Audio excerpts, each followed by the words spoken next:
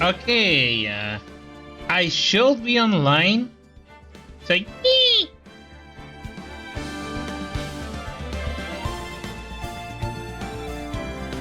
Okay, here we are now. We're ready to start tonight's stream of Phoenix Wright.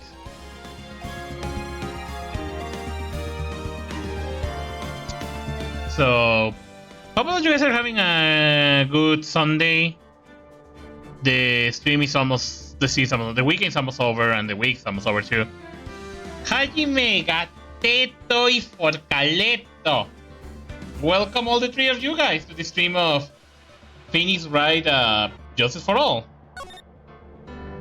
Farewell my turnabout. I'm about to start the part 3 of this thing, that is investigation. Oh my god. This is a big ass trial. And we are in March something of something. Because apparently that's a thingy, so... Let me close this, to make sure that there is nothing in the background eating my internet. But yes, close everything.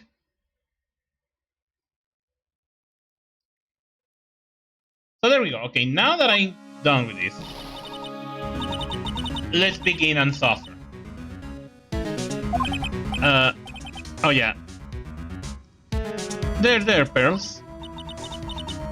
I can't take it anymore. Look, it'll be alright. Everything might still work out. The condition was that we had to get a not guilty verdict. And so far the kidnapper has kept his word and has not hurt Maya. And he won because Mr. Engar has not been given a guilty sentence.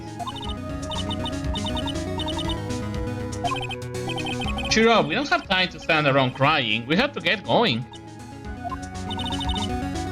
You're right. Mr. Maya is much more pain than I am. Yeah, he is. Yeah, that's right, so... Hey you guys, glad I caught you, pal.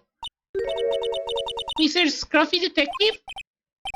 Oh boy, looks like Detective Gumshoe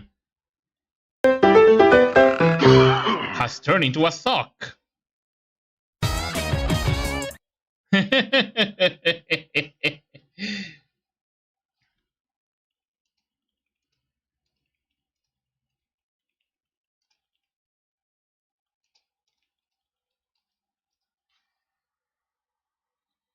Okay, so let's see.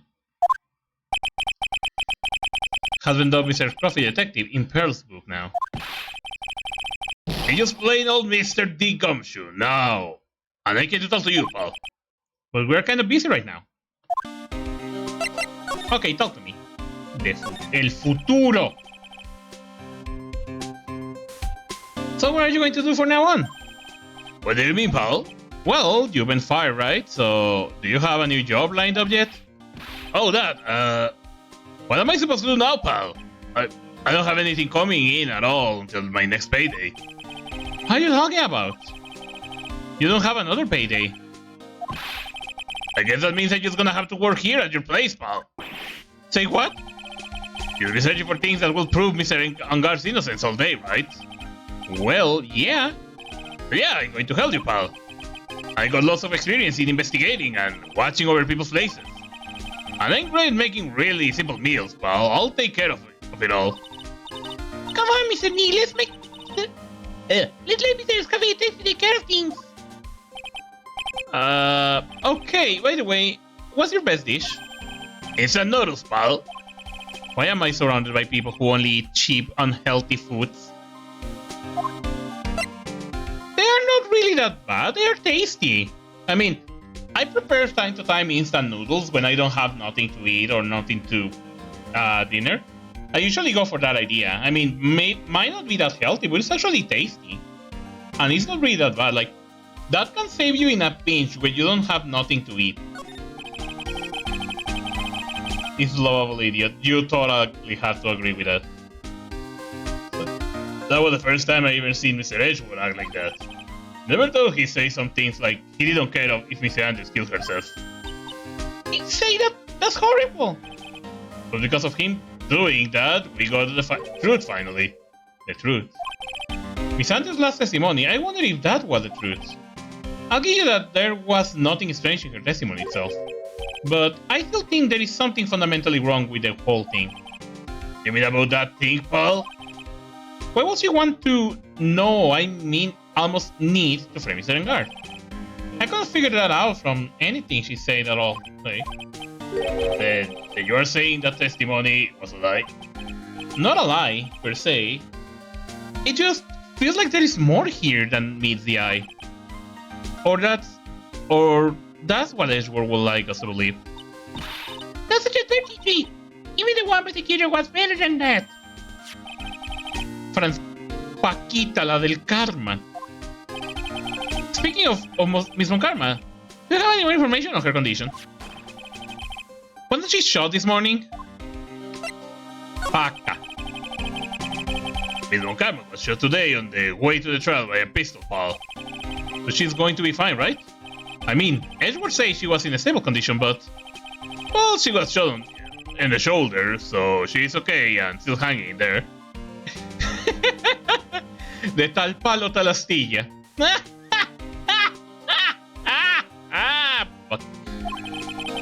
they should be done taking the bullet out, so she's probably resting at the hospital. Which one? What? Are you going to visit her, pal? No, well, I was kind of thinking about it. Hey, you actually got a heart, didn't you? She looked like she was being tortured to death, not being able to go to the trial today. The face that they will slap you in every way. So maybe it'd be good for Kelly. You want to let her whip you for a bit, pal. Let's go. Let's go let her whip us, Mr. Nick.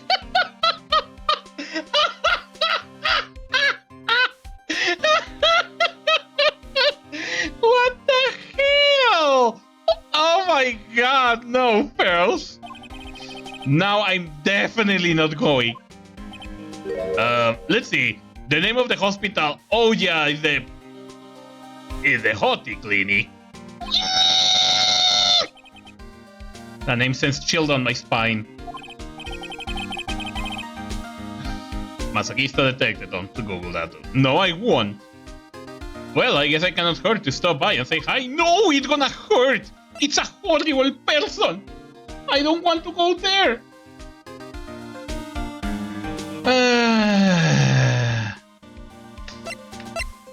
Let's go to criminal affairs. Everybody looks really busy with something or another. They're probably strengthening the evidence for tomorrow's trial. Is Gumshoe into that? I don't know. I hope he's not. Hey, hurry up with that, will ya? Pass the victim list around. You're gonna be kidding. There are over 100 people on here. Mr. Nick, is Mr. Engard really that big and bad of a criminal? Actually, Pearls, never mind. It sounds like they are working on a different case. Fuck. Let's go to the detention center. From what the guard told me, it sounds like along with Mr. Engard, Miss Andrews is being also detained here. Then we should talk with them since we're here. Yeah, but both of them are still in questioning. And we don't have time to waste. Yeah. Oh my god, do I really have to go there? Hey! I have to. March 22, Hottie Clinic. Never thought I'd ever come back to this place. Yes, are you there? Is a patient? Oh god, Director Joto. Hi, wait a second, you are... yes, I'm Director Hottie. Why are you still here? What is it? Can I help you? You can tell me? Yes. Director Hottie! Of Edgeworth? I was resting and I slipped my thing off. You don't know how much it hurt. That's why you are careful when you're zipping your pants up.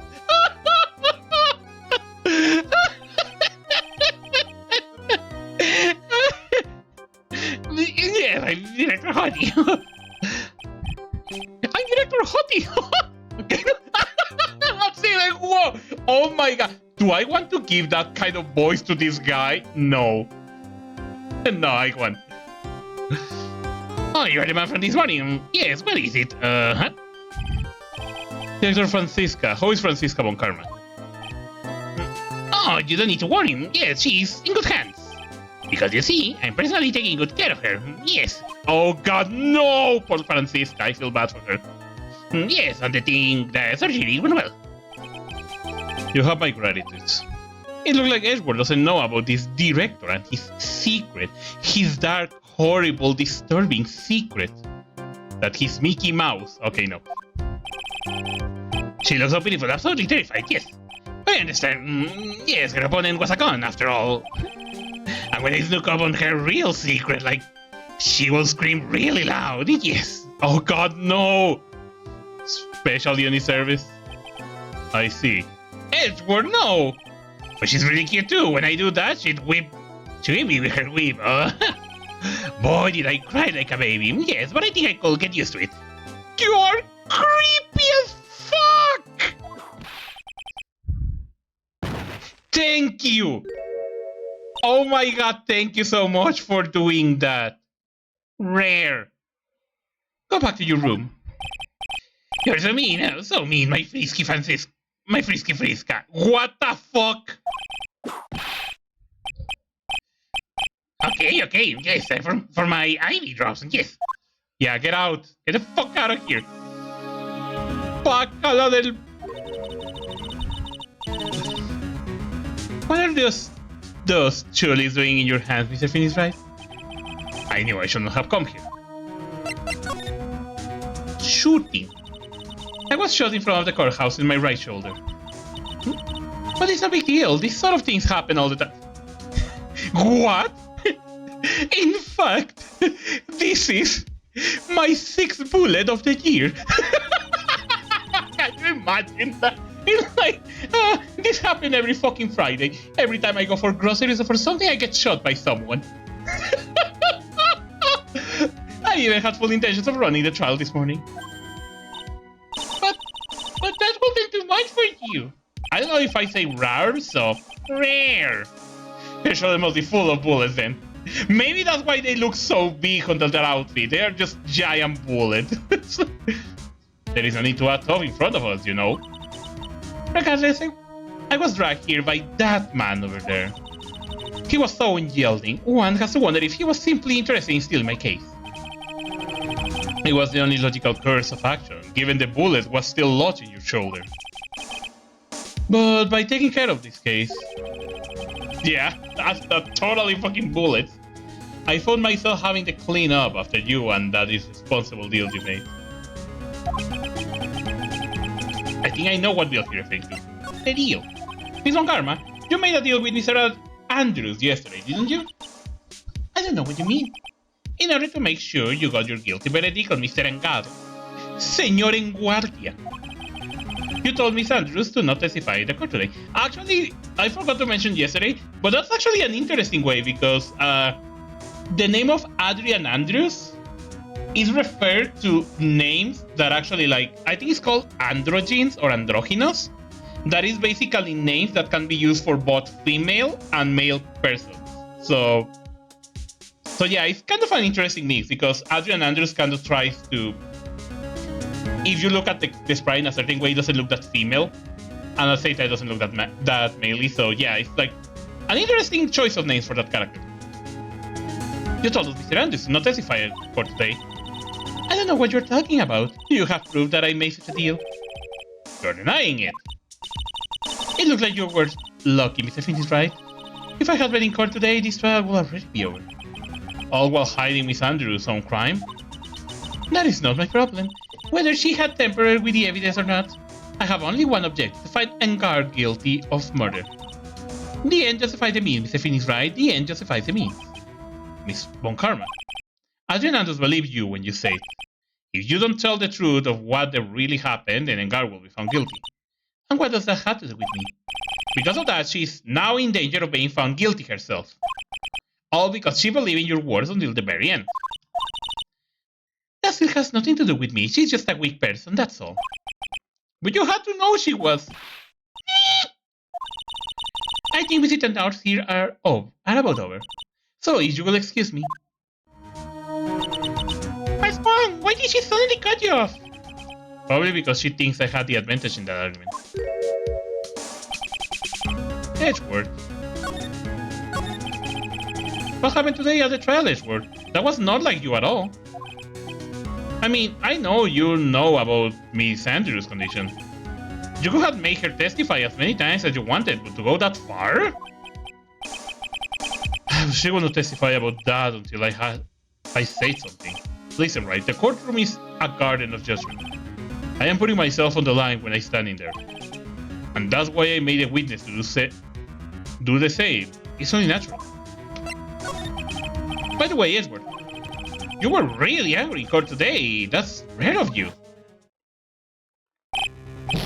Oh yeah, the card. He was really angry about that card. La Concha!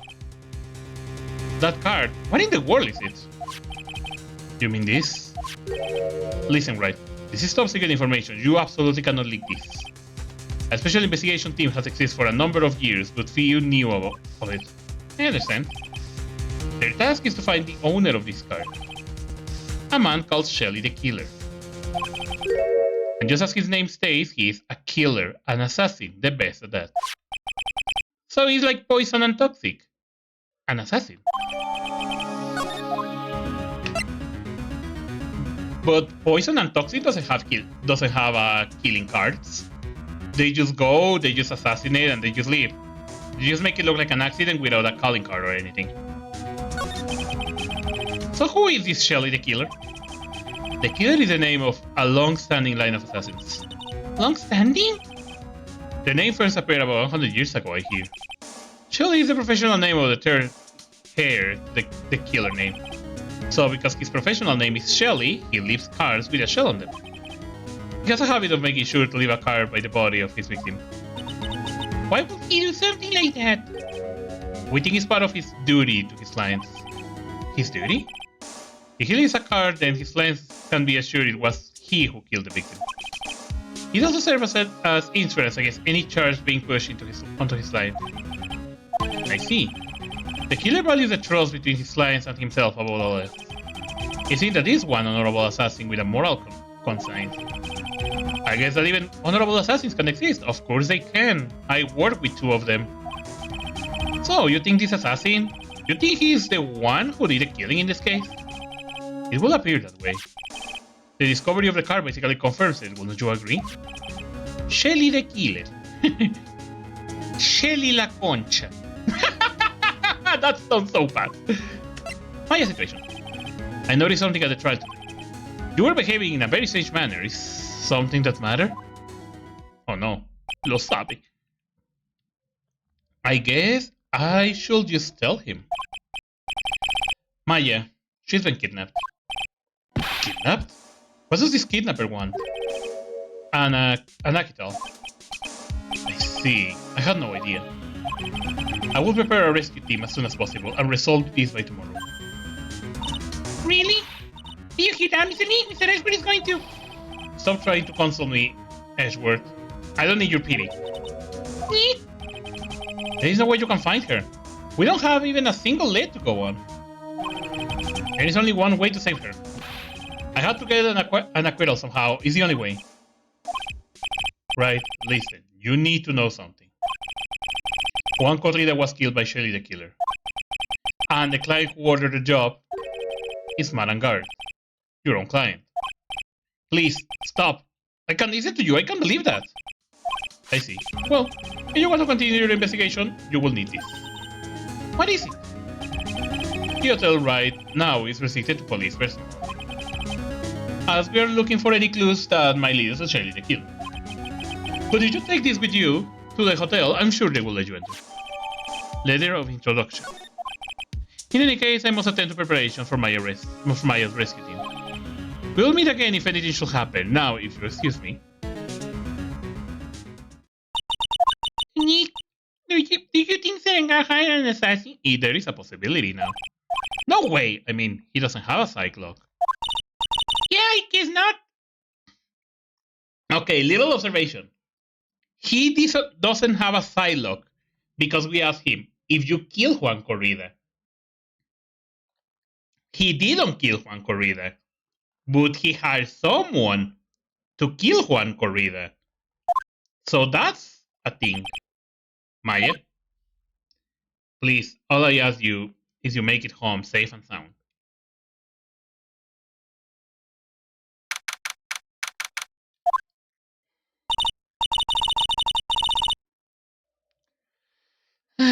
I guess even kidnappers can be a little clumsy.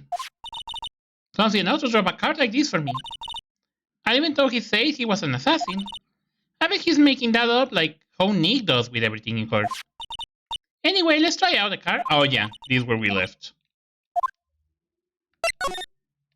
Oh.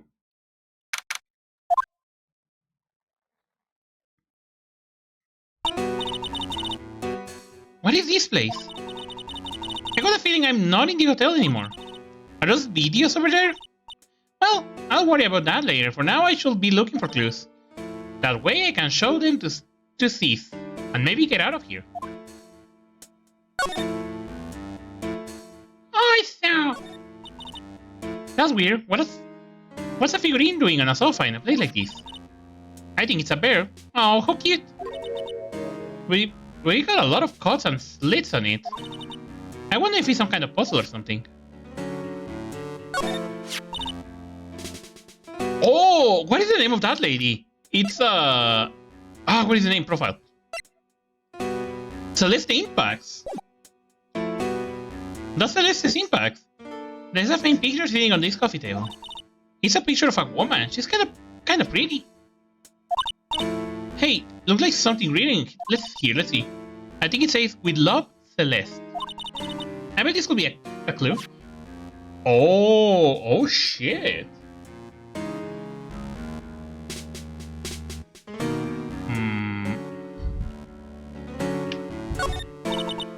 What is this thing? An antenna, I guess? And this is a VCR. There sure are a lot of electronic gadgets here. What is an antenna doing here? Computer. Oh hey, it's a computer. I never really used one before. I have no idea where the power switch on this thing is. Drat. There goes my plan to use somehow to get out of here. Locked, of course. And it doesn't look like I can use the card to open this door. There is a little hole at the bottom of the door. If only it was a little skinnier, then maybe I'd be able to crawl through here. Oh, this simply will not do. I cannot have you wandering around at will. It seems that your Mr. Wright truly is concerned about you. He is? For now, I will suggest you remain cooperative. If you cannot, there are ways in which I can help you. Ways, you mean? Dead men tell no tales. Is how the saying goes, correct? Yeah, that's what pirates say. Dead? I'm almost certain I told you on our first meeting. I am an assassin. No way, you're lying. I mean, an assassin? People are not always who they appear to be. Oh, shit.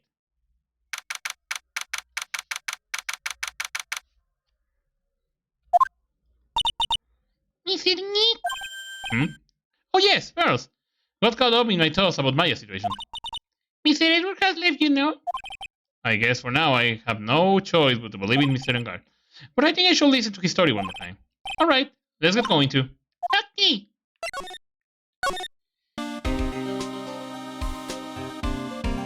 Sorry, I had to sneeze. Okay, let's go to the detention center.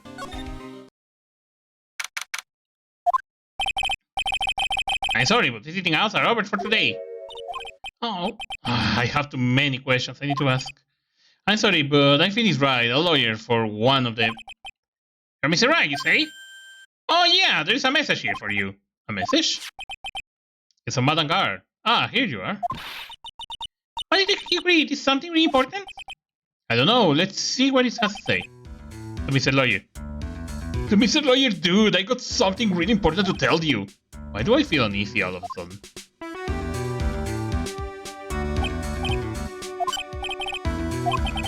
Oh, Mr. So actually I have a favor to ask you. I have this cat named Shu. Zapato! I didn't put out a lot of food when I left the house, so he's probably pretty hungry. You think you could drop by my house and feed my shoe for me, dude? My house is just a little ways down here from the hotel, right? This is terrible. Let's hurry. We have to feed this cat. I should pursue stomach rolling by now. Yeah, I guess. This is my cat. A client request is a request. Guess I shall go check on his cat. Criminal affairs? Hotel lobby. Okay.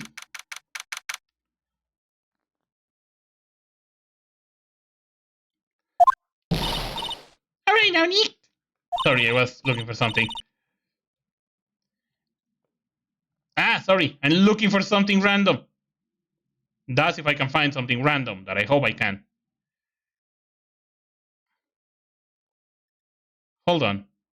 I need to check something here. Yeah, I found it. Okay.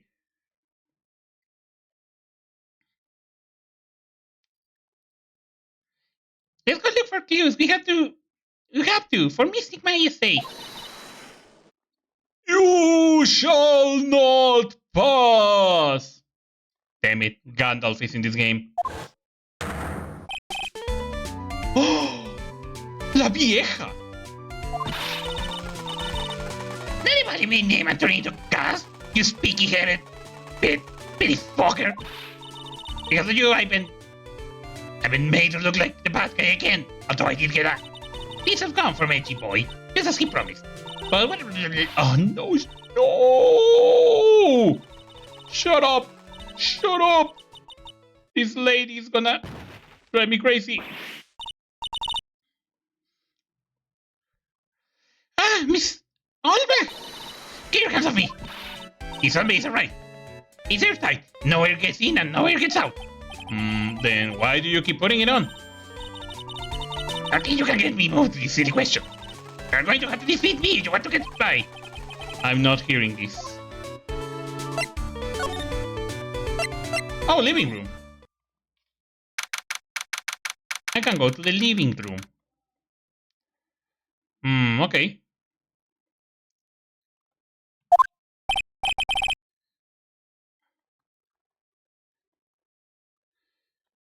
Give me a moment real quick. Sure it's dark. I'll go turn on the light. Ooh.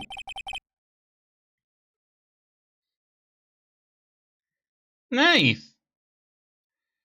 These are really cool, interesting place actually. I'm not gonna lie. It looks actually really cool. So, this is what a star house looks like. Mostly nice to be rich. Come on, Mr. Nick, let's find Shoo the kitty cat.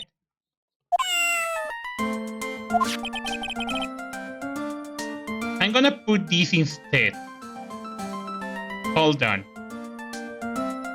I mean, it looks cute. But also this looks cute. Potato. It really looks like Subi, actually. If you color this white, it's literally Subi, and I love it. Yeah, it's literally like Subi. I mean, just look. They look like similar. Subi. Actually.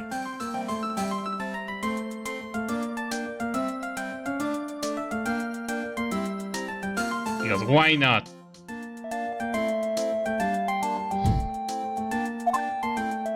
And I love the cat. He loves you. It sounds like Subi. I got things like pearls. Pardon me. Oh God! I know you! Because plot convenience. May I help you with something, mister? Oh, we're lawyers, actually. I'm Mr. Ankar's lawyer. The masters? You must be Mr. Wright. Yes. Ah, it's a pleasure to meet you. Your wonderful self. Okay, this is a fun thing. Because I'm gonna be actually honest. And I don't know if they explained that in the anime or not.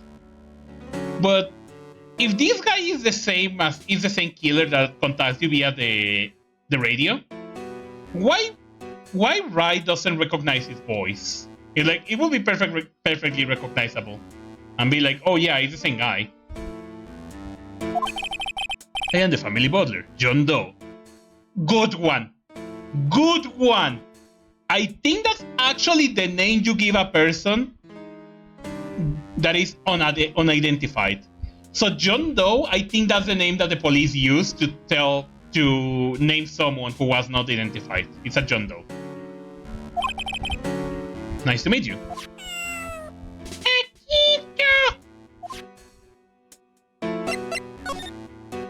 Madam Guard, you must know all sorts of things about Mr. Angar, right? Honestly, sir, I don't believe my master is capable of such a full deed of murder. Oh, gatito. And, anything else? No, not especially. It's not appropriate for a lowly servant to speak of a master of his affairs. How typically butler-like, as it were. Subi. That's a very cute cat you got here. It's my duty to take care of him. The master rather fancies you. Yeah, but I got my own cute kitty and it's Subi. And anything else? No, not especially. It's not appropriate for a lowly servant to speak of a family cat. Wow, at least you got respect. Well then, I guess I don't need this piece of scrap anymore. And no. Besides, how long have you served at this residence? Well, sir, I will have to say maybe about 1 year. And anything else? No, not especially. It's not appropriate for a lowly servant to speak of himself and his affairs.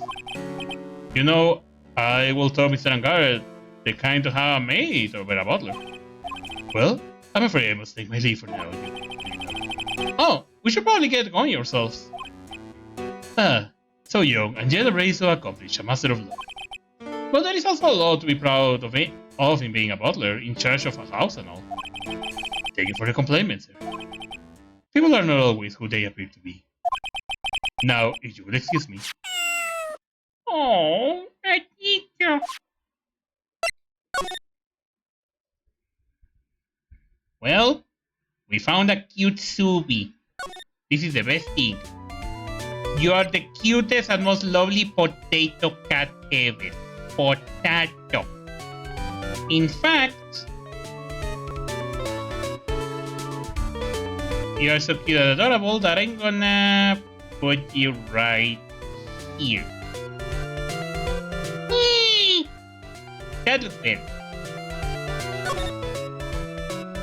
Night of the morning.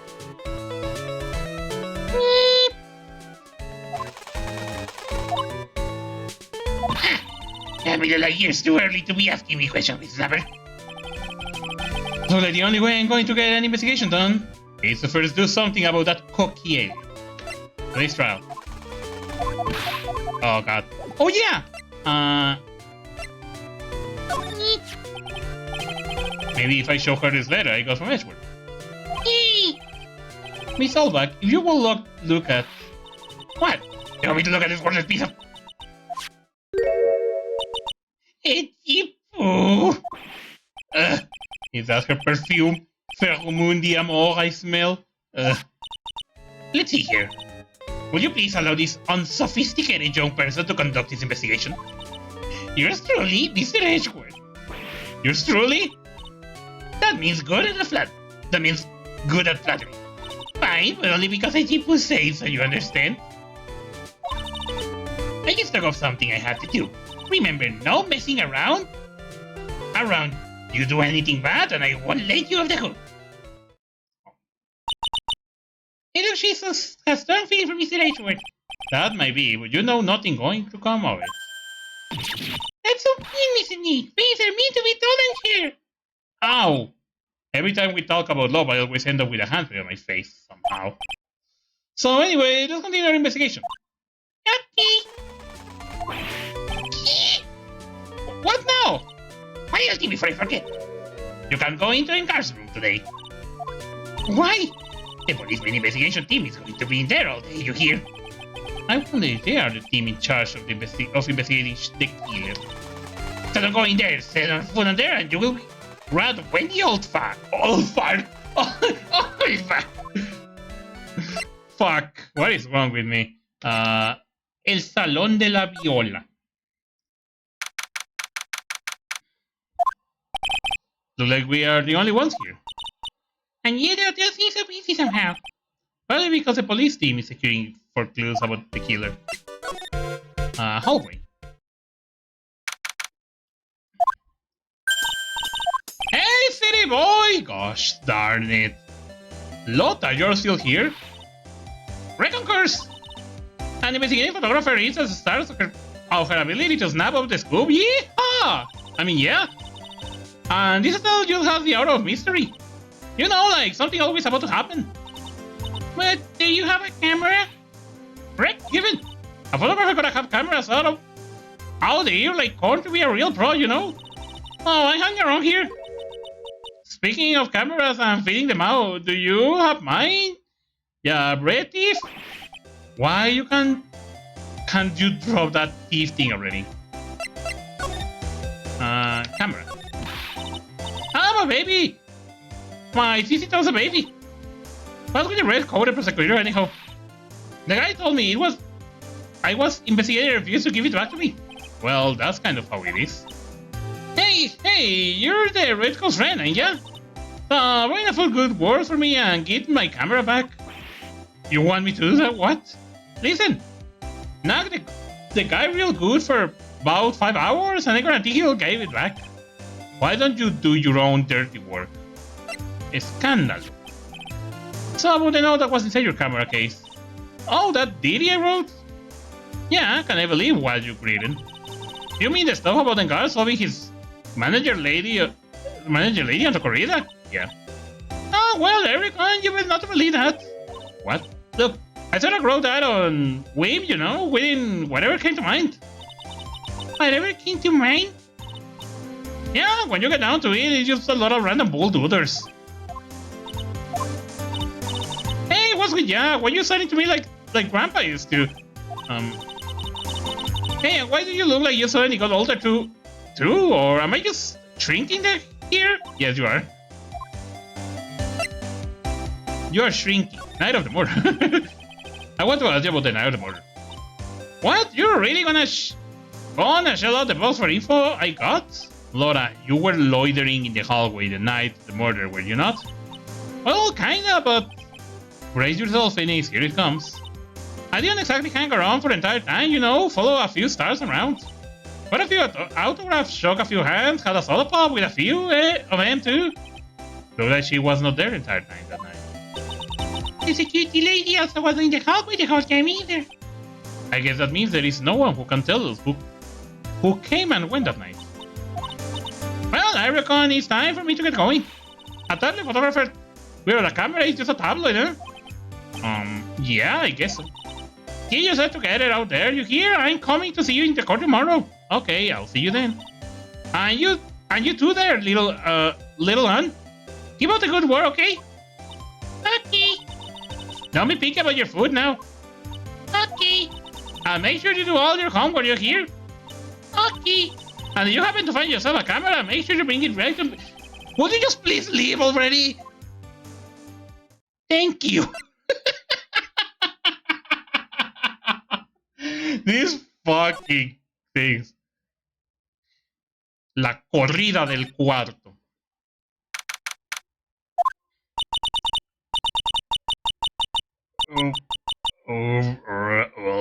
What is that?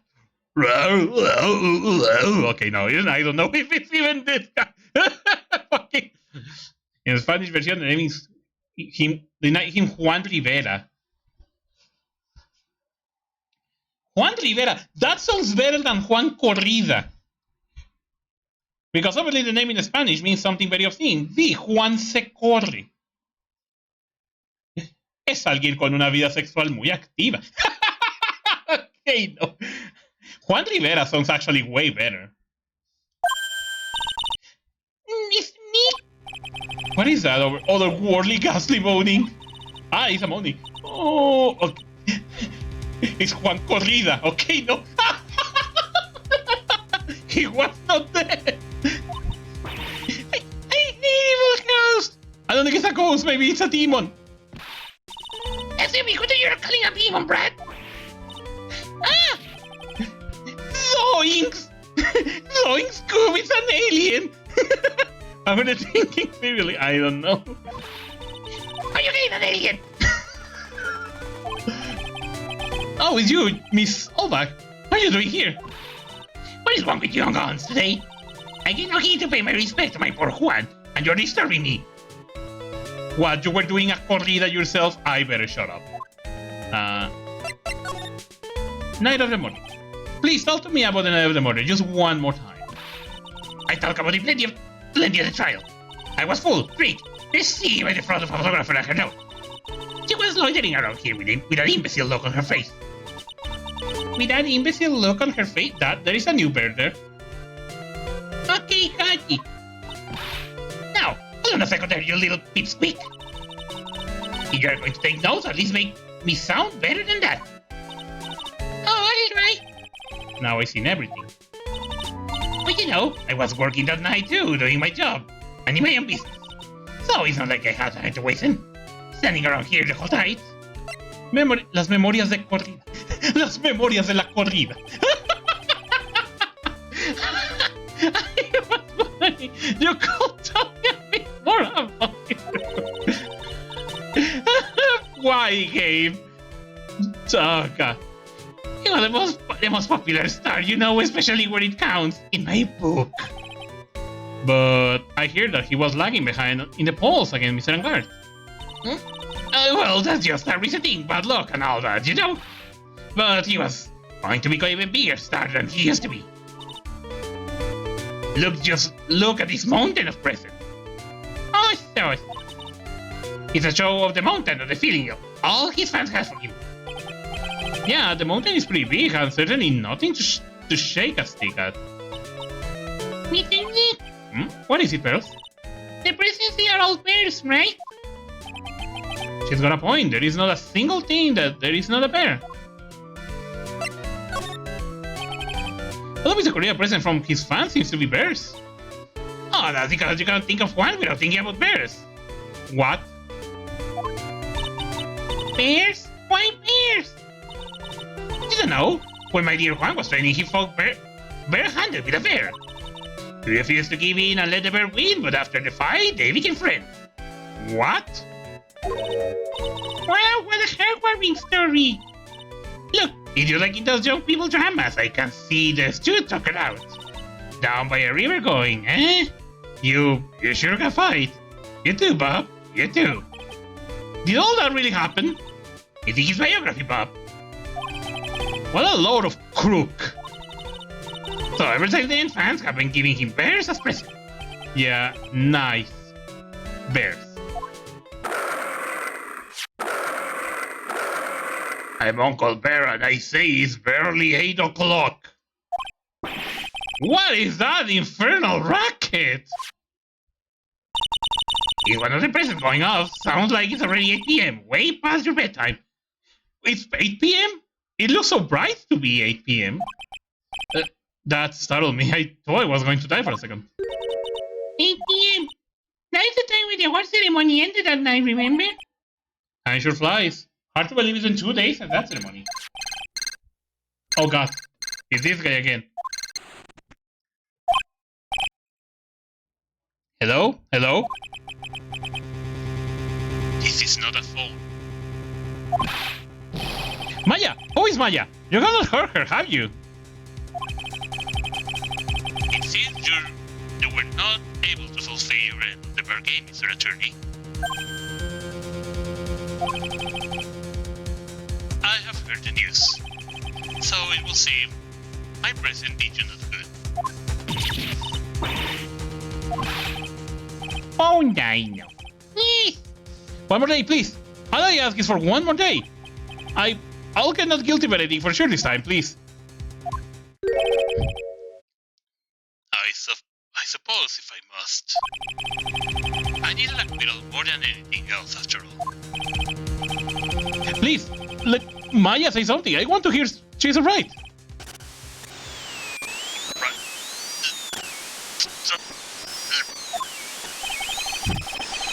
What's this static all of a sudden? Hello? Hello?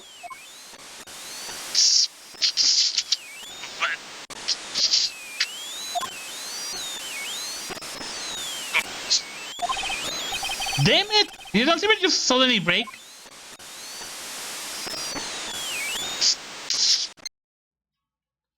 Fucking Discord, always failing when you most need it. What happened? I don't know. I think he was using Discord in his phone. As I said, it became nothing but static. Why did the transceiver suddenly break? Because we were using Discord, not the transceiver. I should probably have an electronic expert look at it. The sooner the better. Okay.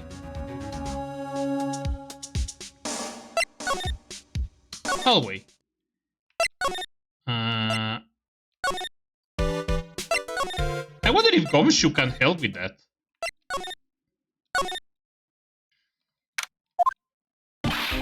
Hey, welcome back, pal. I thought I'd make you a little something for dinner. Oh, what did you did? That's nice, thanks. A rich man luxurious full-course meal out of a can, that is. I'm sorry you went through all the trouble to cook, but I don't have the time to eat. Oops, looks like you don't have a can opener, pal. Sausage and rice. That's all he cooks. Honestly, that doesn't sound that bad in a pinch. Now I want some. Damn it! You want to be kidding, and here I thought he had already wiped something. Oh, I know, there is one way I know how to be helpful. Ask me about anything you want, I'll go ahead. Well, since he's here and offering, I wonder I should try to asking him that about. Okay. Meep. The transceiver? Nick, you should ask Mr. Scruffy Detective about that thing. What thing? Oh yeah, this thing just up and broke all of a sudden. It broke, Paul? When I was talking to the kidnapper, it just suddenly broke into static. Look, it sounded like this. I don't hear any static, Paul. Huh? Maybe it fixed itself. That's strange. I'm sure it was making a loud static noise. Maybe... Maybe what? Maybe it was electromagnetic interference, Paul. Electromagnetic interference? So what is electromagnetic interference? It's something that happens when a radio wave gets mixed up with another signal, Paul. Oh, when you put it that way. I don't understand what you're talking about. Like, for example, when a cell phone goes off next to a computer screen. Wait, what? Does that happen? The stuff on the screen gets kind of fizzy and starts acting funny, right? Probably the older phones, because usually I got my phone here with me. But I do sometimes hear, or sometimes people tell me that there is like some kind of static in my microphone. So maybe that is caused by a phone. I wonder if that is the thing. Now I want to test that out. Shade, I would like you to test that later on. Computer? It's like when you use that dryer next to the TV and the screen starts looking weird. Oh, that's me. Oh yeah. Fucking hell, I'm stupid. I cannot read. I become a child. Oh yeah, the TV does that. That's what you're talking about. She seemed amazingly happy and being able to understand that. So the room you were in when that interference to the transceiver happened, there's gotta be something there that is sending out very strong radio waves, Val. Something like a listening device or something? Huh? Hey, speaking of that, where were you when it happened? We were in Mr. Corrida's room, the scene of the murder. Well, that's it. I'm going to sneak into the precinct and get that box sweeper. I'll meet you at the crime scene later, alright, pal? Wait, Gumshoe! Oh yeah, baby, yeah, it's investigation time. I'm on fire, pal. My fingers are itching to go. Oh. We should be going too, Mr. Nick. Alright, let's go. I think I need to go to Juan's room. I don't wanna call it like that because exactly like we say it sounds horrible. Because literally corrida in translated in English it will be come or like you came, so no thank you. So let's just call it Juan. It sounds better.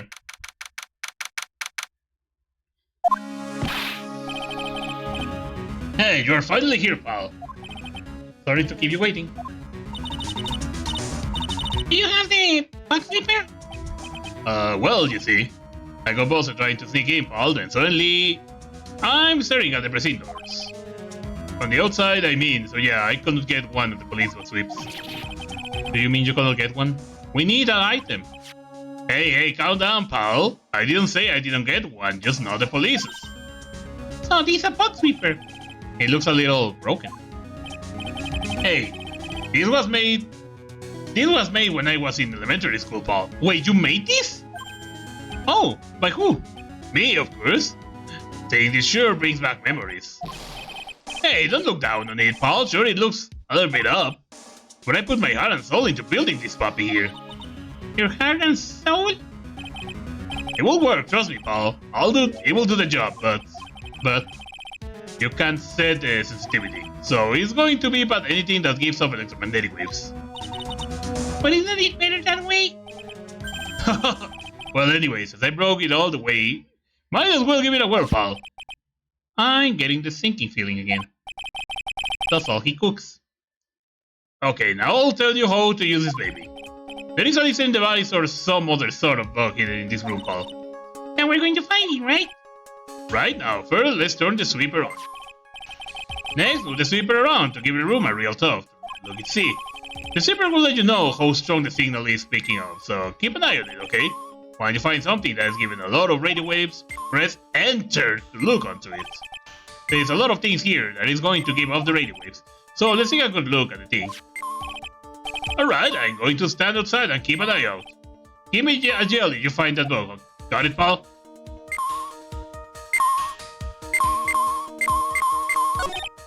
Lamp. Check listening device? No. There are a lot of lamps in this room, aren't there, Mr. Nick? Yeah. And they are all on. You shouldn't do that, Mr. Nick. Don't you know that's wasteful? Yeah, I'll be more conscious from now on. Okay. Obviously not the TV. That's electronic, that's phone. Okay, so I think that's the phone, so that's not.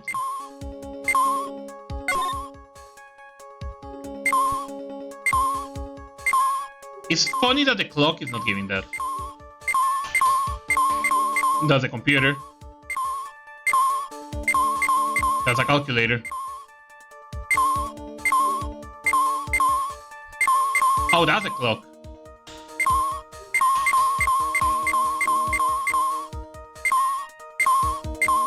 Wait, why?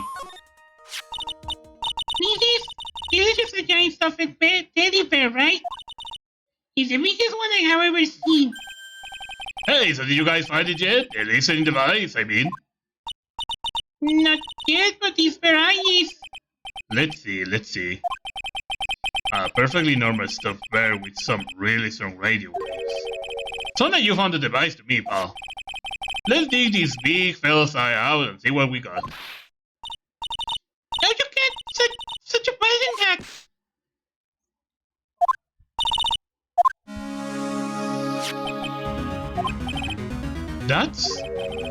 It's a miniature camera, and it looks like there is more. There's a transmitter and a timer. What meter? A transmitter, pal. Oh, it's more of that high-tech stuff. Camera. So this tiny thing is a camera? Yep, it's a pinhole CCD camera, pal. It's a small, high-grade video camera, mostly used in security systems. So it's a video camera. It runs on battery, which comes with it in a set. But there is no videotape in this camera. This is only the camera part here, pal. The tape recorded with the tape inside is somewhere else. Somewhere else? The footage is changed into the radio waves and then it's sent to the recorder. So it's sort of like a TV broadcast, Nick. Hey, you're right. A spy camera. Transmitter. So, what is a transmitter? It's a device that sends the footage of the camera to a specific destination. It's like a video version of a listening device, pal. It looks like it's attached to a small clock-like thing.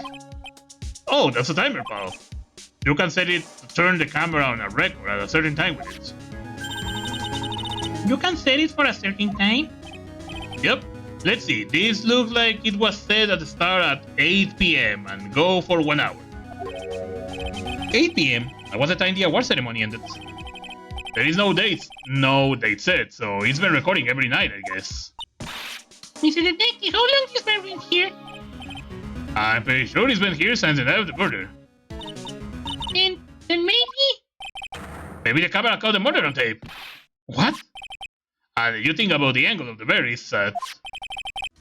He's bound to have had a clear shot of the whole crime, Paul. Ooh. Awesome. No, there was a camera in his bedside. And it was disguised as a present. And I'm sure it was here on the night of the murder, Paul. It's pretty big, so it stands out pretty well in my mind. But who gave who gave this present? I don't know, Paul. But this means that someone out there got a video of what happened here that night. Isn't there any way we can find out who that person is? It's impossible, Paul. Radio waves can be set almost anywhere, so there is no real way to find out. Is there really no way to find out? Awesome. I got it! What? Hey, pal. Let me borrow this mini camera for a bit. What are you going to do? I'm going to go around to electronic shops and see if I can find out who bought this. But that's impossible. I mean, it's already 9 p.m. Leave it to me. Even if I have to search all night, I'll find your man, pal. Spy camera and the security technology. Oh yeah, baby, it's investigation time. I'm on fire, pal. So I figure I need to go. There he goes. He's gone. Yeah? But Mr. Crafty Detective sure is a nice man. He's pushing himself so hard, all for Mr. Majesty's sake. It's a mystery how you always manage to do things in the most inefficient ways, right? Of course you do. You'll have to excuse me, I heard your conversation just now. Edgeworth, what are you doing here? A rescue team has been created and deployed. I cannot say I'm optimistic, but we have to move forward one step at a time. I see. Thanks. Don't thank me yet, we still have to find her. So there was a spy camera hidden inside this stuffed animal, huh? You're one lucky man, right? Do you know this stuffed bear, little girl? I have no idea.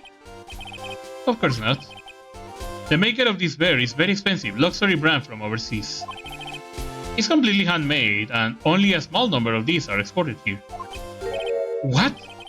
The camera that transmitted as the scattering detective talked with him are dead ends. Things like those can be bought anywhere. However, this bear is different. By tracking how it goes into this country, this bear can tell us who the buyer is. Can you really do that, Mr. Nick? Can't you really? Well, I guess so. It's 9 p.m. I think I can still make it in time. I'll be taking this for now. I can imagine Edgeworth just taking this giant ass bear like nothing. I'm sure you have other things to do. Other thing you have to do. Snatched up by Mr. Edgeworth. See you soon, Wright. It's still there! Wait! What? How are you going to do this? How are you doing this? I have no interest in explaining myself to someone who cannot comprehend. But besides that, Wright, until your court recompense tomorrow, you should concern yourself with this question. Who was the person who murdered Juan? The real killer. Do you really still think it was Adrian Andrews? To be honest, I don't know anymore. You still have a little time left. Find the truth, right? Oh, everything begins with the truth. The bear is still there. Juan, real killer, Miss Andrews passed. A kidnapper whose sole condition is an acquittal of Mr. Engar. Y una conchita.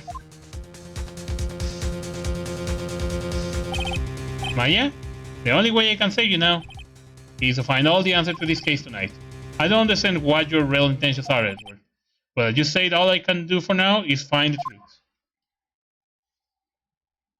To be content with.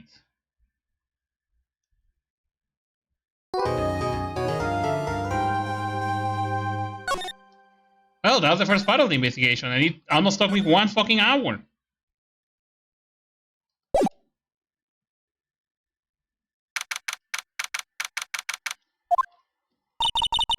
It's past 9 p.m. already, isn't it? I wonder if Mr. Edward has already found Missing Maya. These things take time. I say probably not. The police are professional, Pearls. They will find her. They'll find her, so don't you worry. And if we can win or not, guilty verdict tomorrow, then everything will be okay. You're right. Okay, the real killer. The real person who killed Mr. Juan was... Not assassin, Mr. Shelley, the killer, right? And the car... Miss Andrews found at the crime scene seems to be proof of that. But if that is the case, then a new question comes to mind. Who was the one that hired the killer to begin with? Who is his client? You mean who asked for the murder? That person is the one to dirty their own hands in blood. But whoever this client is, they are still a killer. Who have hired the assassin? Do you think it was Miss Andrews? I wonder. But if she was a client, then why go through the effort of stab the knife into the corpse herself?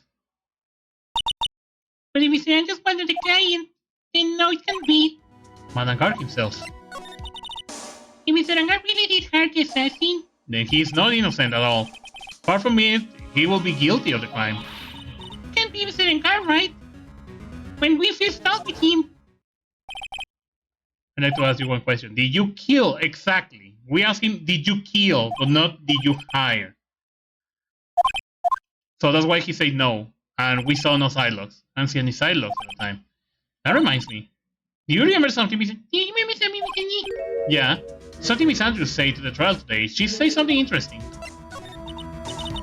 What is this interesting then? Oh, that's right. You don't hear it, did you, Pearls? Juan had bet everything on this jamming genius this year. And if he lost the Grand Prix, he was going to make sure Matt was going down with him. That's what he thought anyway. Yeah, so he was about to boycott him, or to throw a secret. Mr. Angar's secret? What is his secret? I don't know yet. But for now, let's think about it as way Mr. Juan was going to reveal the secret.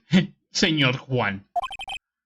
That means Mr. Angar had plenty of motive to have Mr. Juan's silence. I don't want to say Correa because yeah. Which means we have to meet with Mr. Angar. There is no way around it. Shall we? It's really getting late, isn't it? Yeah, it's past 9 p.m. already. But we still have some things to prepare for tomorrow's trial. There is still the matter of this secret Mr. Juan held of Mr. Angar. And Mr. Andrews, we are intentions too tonight. Are you visiting our summer at the detention center? I'm sure you will think of something else, don't you worry.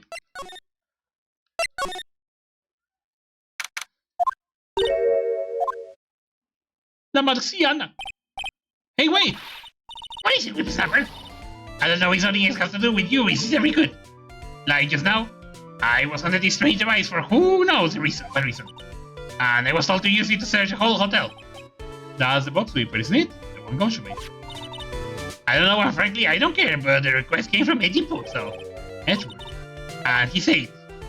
If you feel angry, direct your anger up to the unsophisticated lawyer. So I'm going to feel free to react all my anger towards you. Thanks a bondage, word. What a pal you are. Box sweeper. It's absolutely top secret, so you had better keep it to yourself. I heard they found a spy camera hidden in one of the presents. Very interesting. I'm sure it was, you know. It was to catch poor Juan in the middle of a scandalous meeting. Scandalous? What's that? It means, well, you know, the gossip has been going around about my dear Juan. Oh, you mean that thing about Mr. Andrews? Well, I'm sure she must have some reason for getting close to Mr. Juan. I'll let you in another secret, John Gunn. I know who planted the spy camera. It has to be the obnoxious puffy hair photographer girl that nerve of some people. Spying on people like this, well, the business is myself too. Wow. The alien actually admired her true intentions for a change. I I know what you're thinking exactly, but I can bet it's nothing good. Why don't say anything? One other. So you want to know about Juan and the manager, right?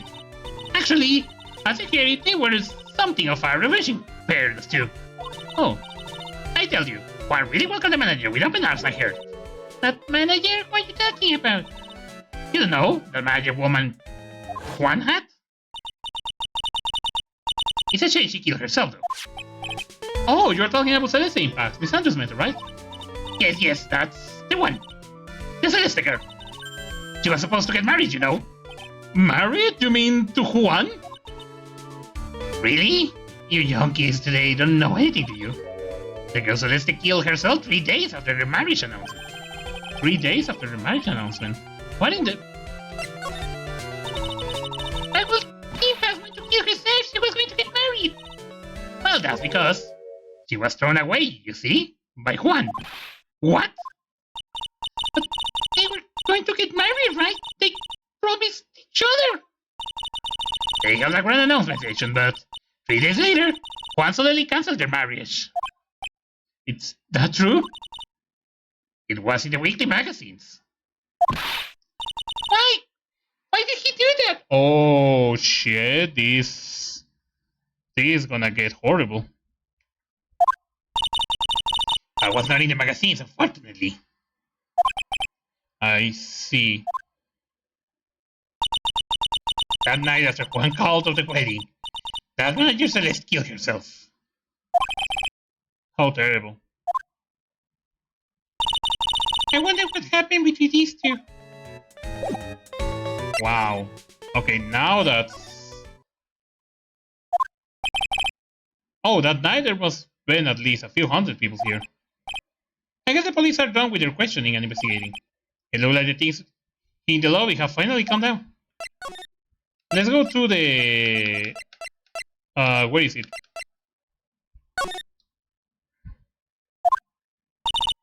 It feels like of things in here, doesn't it? Yeah, it does. It does. I wonder if something happens. I'm saying guard's liar, right? Yes, sir. Well, they finally found just the person who went looking for a real decisive witness. A decisive witness? You mean for the Ingar case? We are taking the witness statement right now. Gotta hand it to Mr. Edgeworth. What's Edgeworth up to now? Who is the witness? I think you know this person quite well, Mr. Lawyer. Mr. Between the kidnappers, the man, and how it is, I can't see any way to win here. Oh yeah, Mr. Edgeworth wanted me to tell you something. He did? Even the visiting hours are long over at the detention center. He wanted me to grant you special permission, so there you go. What? I already called in, so they know. Go on, go talk to your heart's content. Thank you very much. It's such good news, Mr. Nick. Go talk to your heart's content. It sounds like the police are pretty sure they have tomorrow's to identify.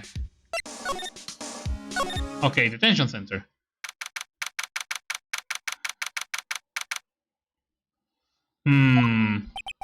I'm sure they must have transferred Miss Andrews here by now. So that means that both Miss Angar and Miss Andrews are in the detention center.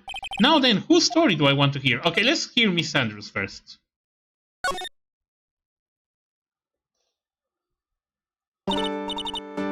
Oh, it's you. I'm sorry to be visiting at such a late hour. But there are a few questions I absolutely have to ask you tonight. Me? I thought your client was mad. I'm sure Miss Andrews knows something. She can't be clueless about this secret Mr. Corrida has. Hang on. Stop. Madangar. I'd like to ask you about Madangar if you don't mind. Is he right? You still don't know, do you? The real him, I mean. You seem to be a lot of resentment towards Madangar. If that's the case, then why did you become his manager?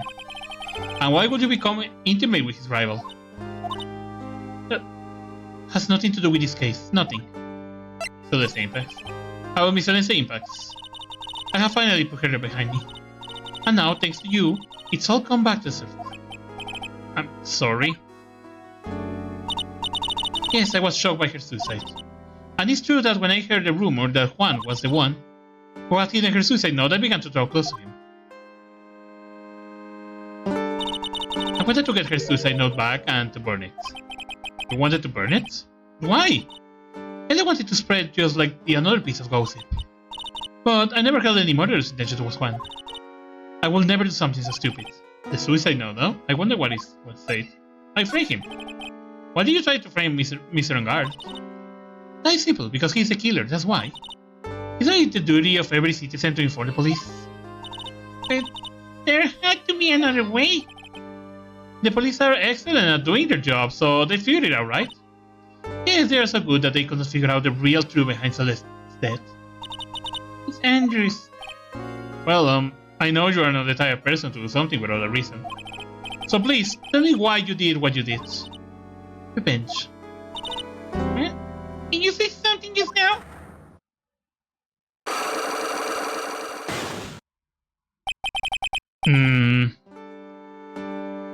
I don't think I can break her.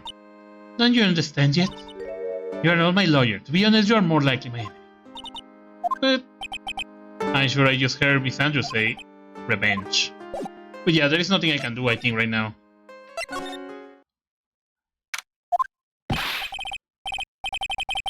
Help me. Uh-oh. Oh, it's you! Mr. Powers? What happened? Why are you here? You see, I got roped into something. What? And now I'm going to testify at tomorrow's trial. Oh, God. So the decisive witness is Mr. Powers? I was talking with a detective until a little while ago, and I was on my way home. And all of a sudden, you're under arrest, and I was brought back here. Oh, they say my face and whole self generally look suspicious or something. Well, I guess I can see why they thought you look suspicious. I'm just a normal guy on an exercise show for kids. Is that a crime? Oh, God. So about this testimony you're giving, what are you going to talk about? I really don't know yet, but it sounds like I saw something very important from what they tell me. You saw something important? What was it? Well, the detective told me to talk about it. You can't tell anyone, especially not that lawyer, he said. What do you think is that lawyer the detective was talking about? I'm going to take a wild guess and say it's me. Yeah, you got it. And Nick, Mr. Maya, and myself are the only two allies in this war. But it's alright. Ouch, I don't really have a lot of friends, do I? At least I got a cute potato. He's going to do a lot of damage to Matt, you know? Well, he got a refreshing like a spring breeze mesh point going. What is he really like? Well, let's see, Matt always been kind of a player with women. He will never really turn a pretty face away, if you know what I mean. He always say, it's just a game, to justify himself. What? How horrible, that's unforgivable. Oh, sorry, didn't mean to offend you, but you know, he said once that there is only one person in the world who won't swoon over me. One person who will not swoon over him?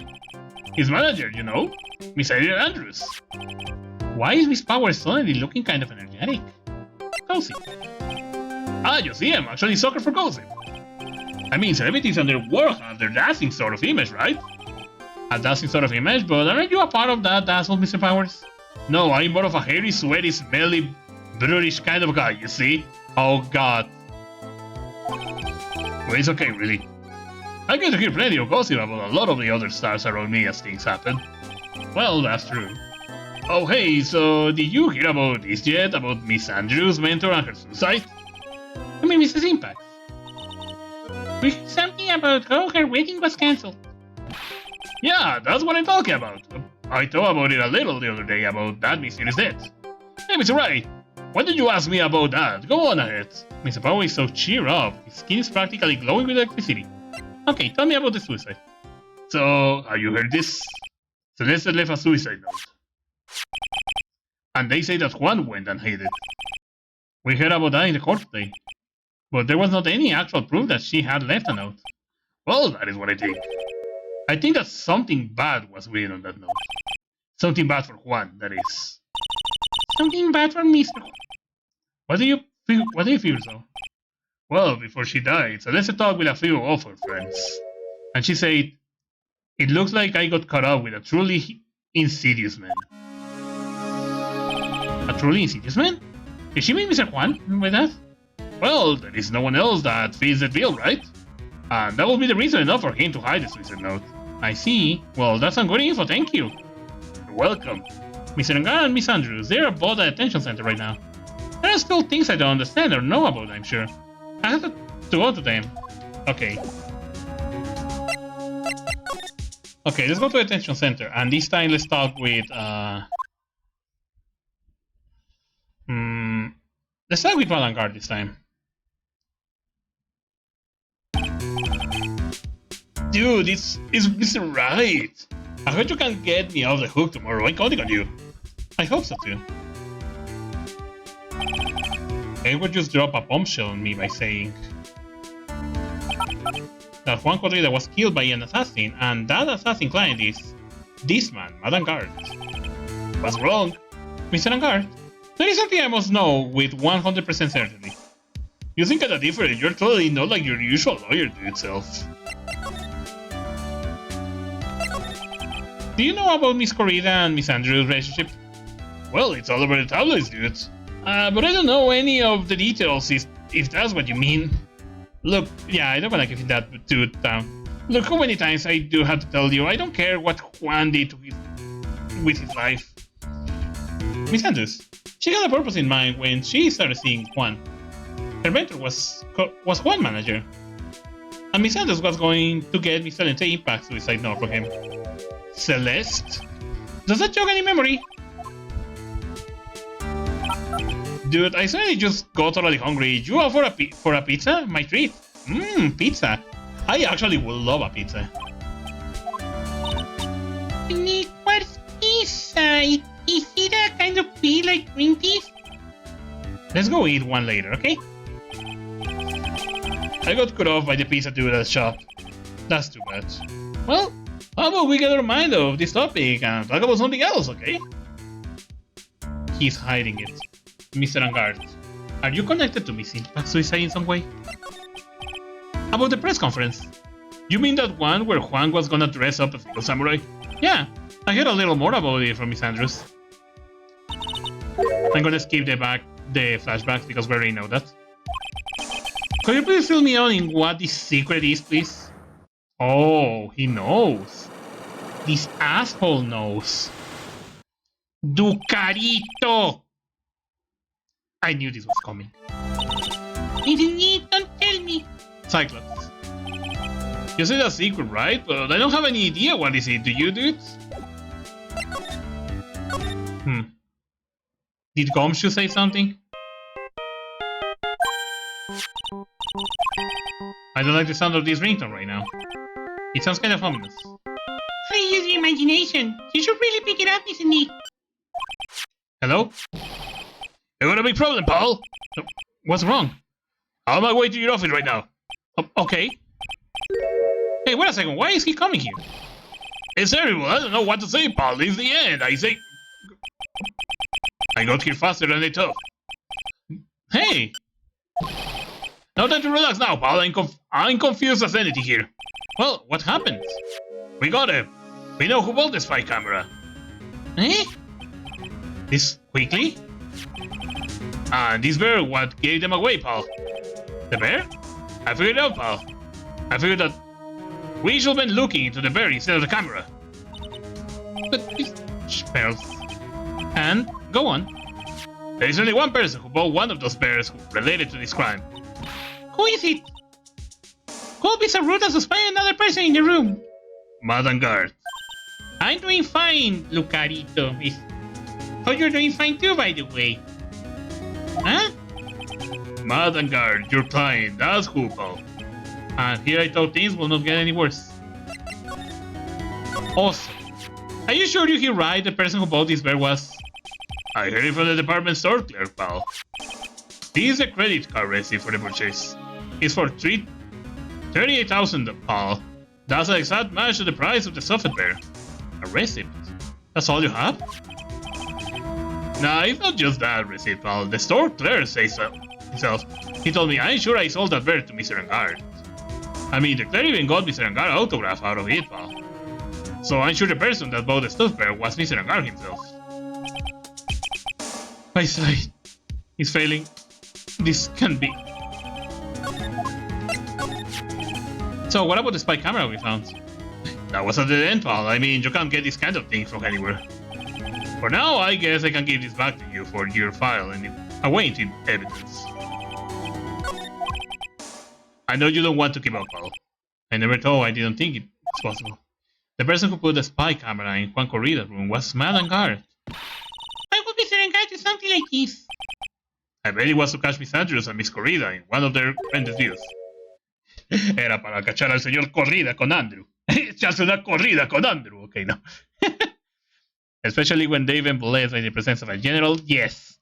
Big Stumpy Dino here present. I bet it's not good enough for me. I have to know the absolute truth behind this camera. Are you going to see him, Mr. Agar, I mean? Yes. I'm scared, Mr. Lee. I wonder what we will find out next. I'm scared myself, but I have to put on a good face for first. Madame Agar, what in the world have you done?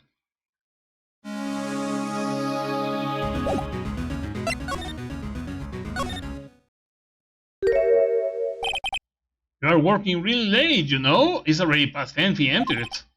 I think it's time you told me the truth. Relax, and you know that ignorance is bliss. But you really want to talk? To know, let's talk. Take that! Okay.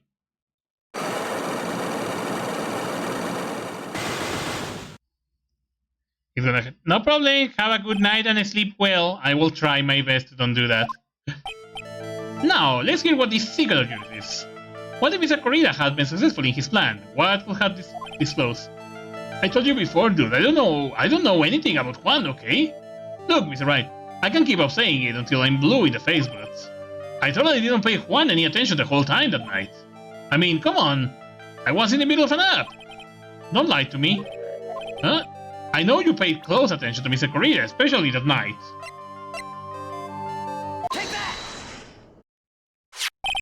Someone used this camera to secretly film Mr. Corrida's room that night, the night of the murder. Secretly film? What? And then send the image to the camera that talked with this transmitter. Wow, but dude, where was this camera you're talking about hidden? The spy camera was hidden in his bear's eye. A bear that was supposed to be a present from a fan. I guess Juan had a few of those kind of fans too, dude. Actually, I wouldn't say this bear was a present from a fan. You sure, dude? Who else could it be from? Okay. You.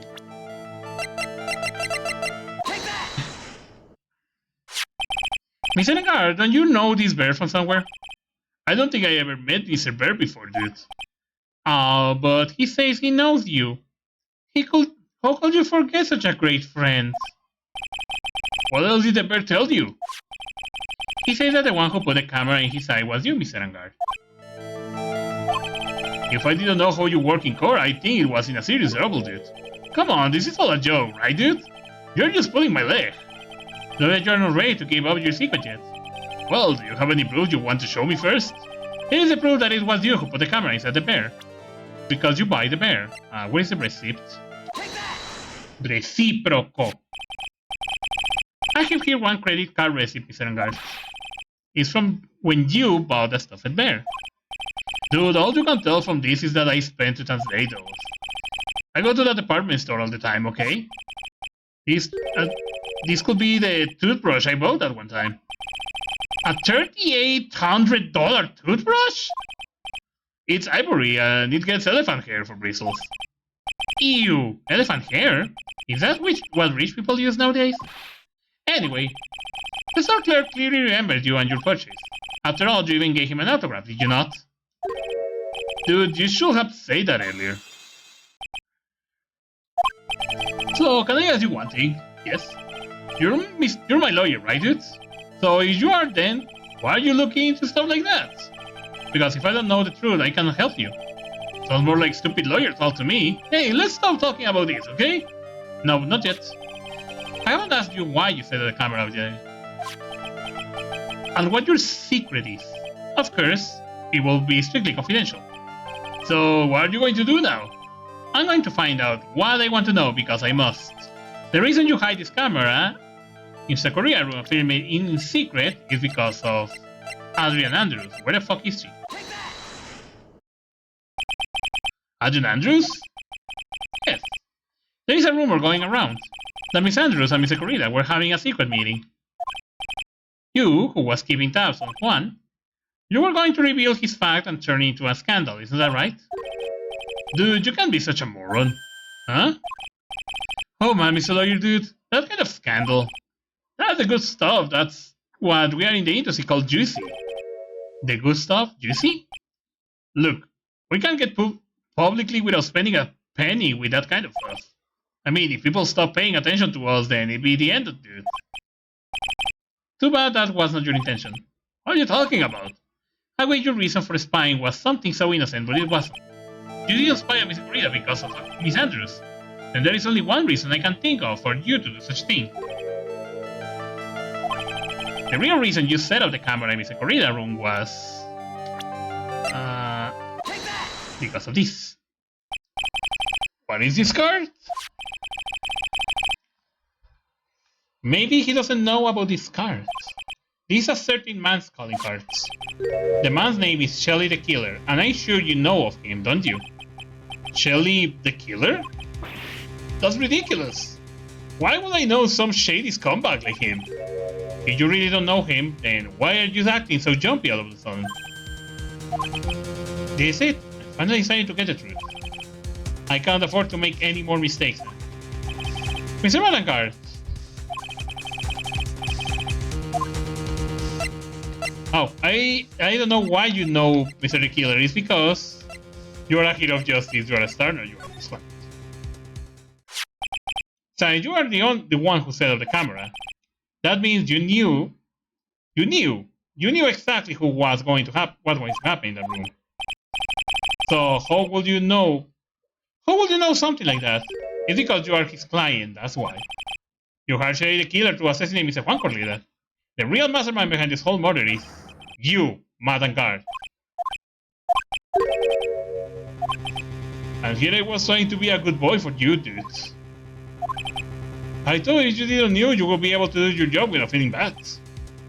Well, that's what I thought anyway. Mr. Angard, you really did hire? Hold on a second, I'm gonna consult myself, okay? Consult myself? Well, I guess it's probably about time anyway. About time for what? I think it's time for you... Okay, I was not able to read that. How do you do, Mr. Lawyer? I'm Matt Engard.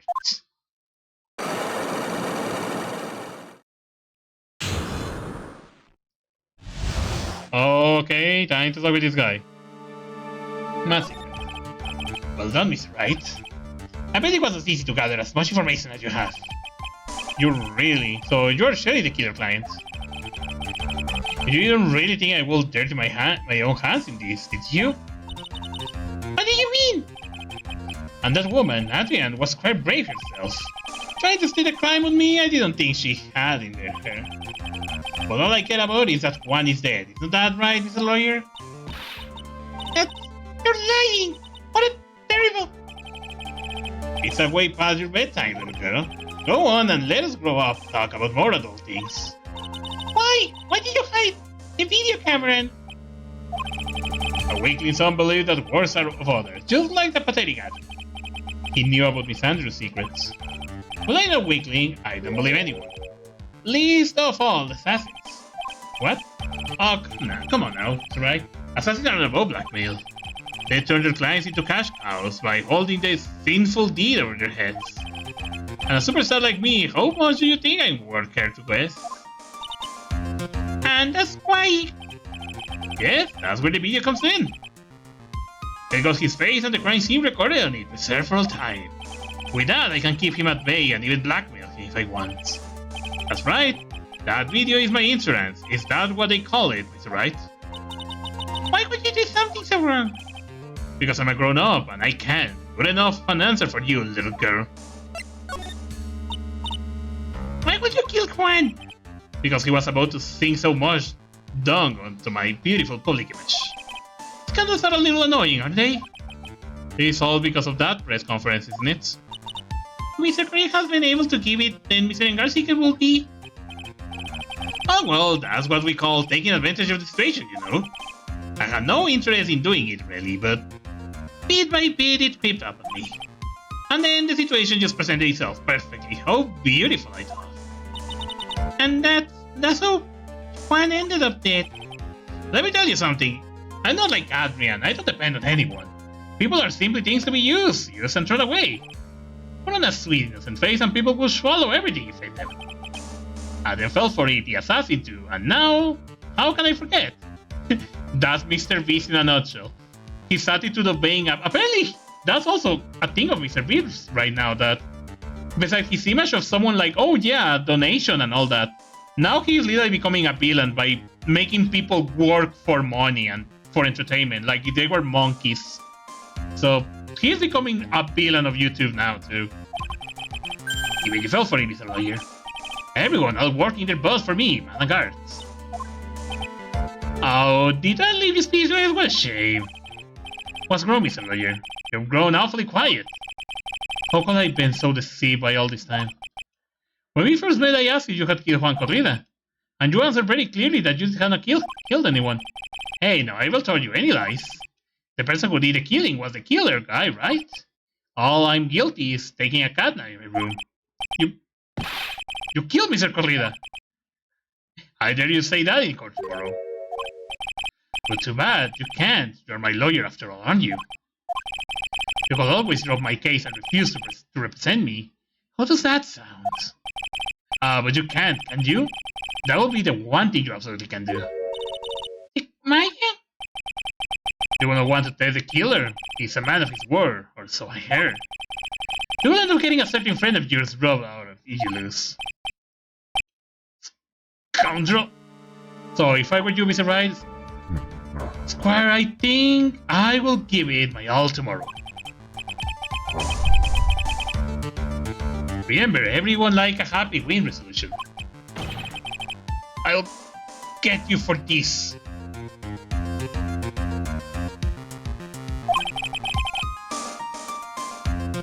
That's such a cliche phrase. One say something just like that if memory serves. Of course, well, we'll know how things turn out here, don't we? But I'm Mr. Lawyer.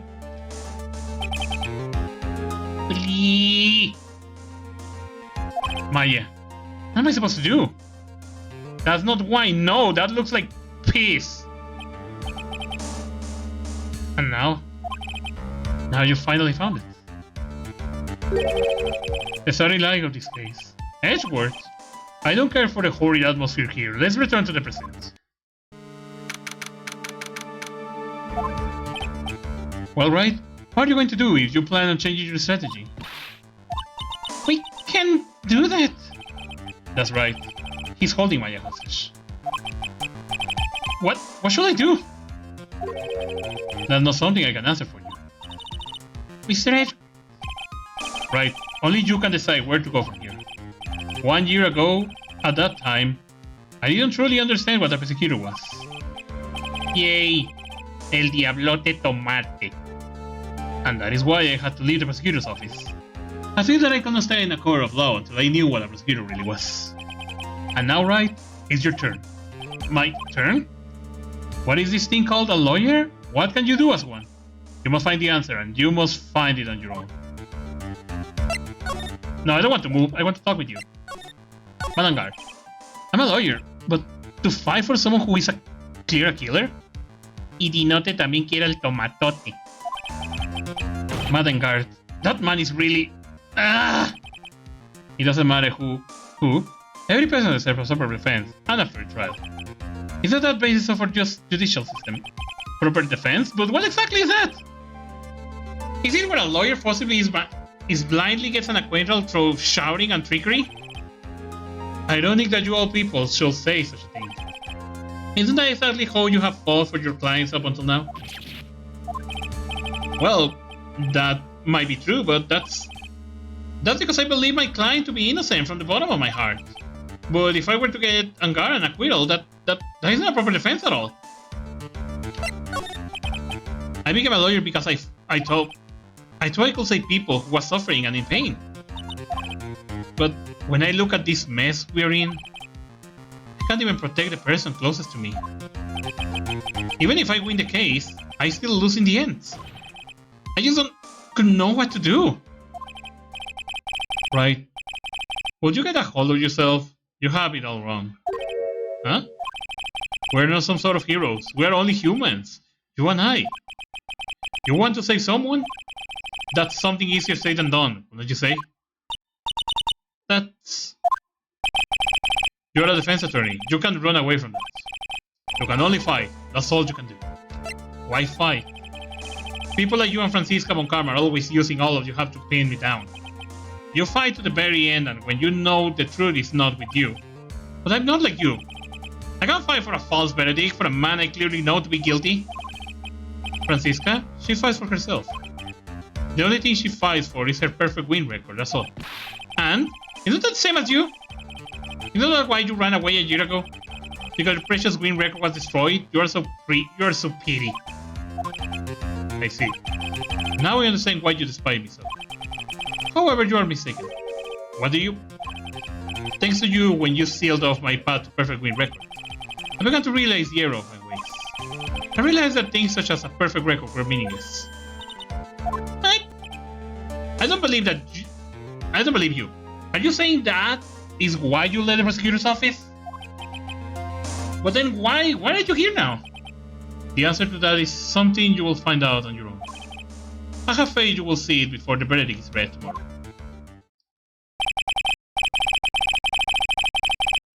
But if you cannot, it can, then you will be powerless to change the ending of this story. Oh shit! It's this guy. I'm sorry for what happened earlier. Now then, Mr. Attorney, do you agree and you can obtain an acquittal tomorrow? My, what is the matter, Mr. Attorney? I don't say your usual anger this time. Tell me please, why are you holding Maya hostage for Mr. Engar's sake? Why are you doing this for the cold-blooded killer? Right? Please don't misunderstand things. He's my client. Don't toy with me. A man who hurts an assassin is just as much of a killer himself. I believe you were asking me for a reason as to why I'm doing what I am. Yeah? This is what I like to call my aftercare. What the heck is aftercare? My name carries a certain amount of honor and dignity, Mr. Attorney. I take great care to ensure that no suspicious falls upon my clients from my honeymoon. That is what is called client relation, and it's part of an assassin's duty. An assassin's duty? We were unlucky this time, and my client was arrested as a suspect. As a result, I did what I had to do to enlist your expert help, Mr. Attorney, and to ensure that you will do everything in your power to the very end. What is your name? I believe I told you once before, however. You did, but... My name is the Killer. Shelly the Killer. You're Shelly the Killer? Please, keep in mind, you do not have much space to maneuver with me. As a dead killer, I always finish what I set out to do. If you fail to keep on your end of the bargain, Maya? it will be my duty as an assassin to see it. Just she receives a nice long nap. Oh then, if you'll excuse me. If someone were to trace this signal back to me, it would be quite awesome. I hear a gato! I don't know what to say. Edgeworth! Hmm? Did you hear that? At the end of the transmission? Oh, that. It sounded like Soupy. It can be. That cat can eat? When is it? I know where Sherry the Killer is holding Maya hostage. Edward, have all police units head for Engar Mansion immediately. Alright. You hurry over as well then. Don't lose hope yet, Pearls. The fight has only just begun.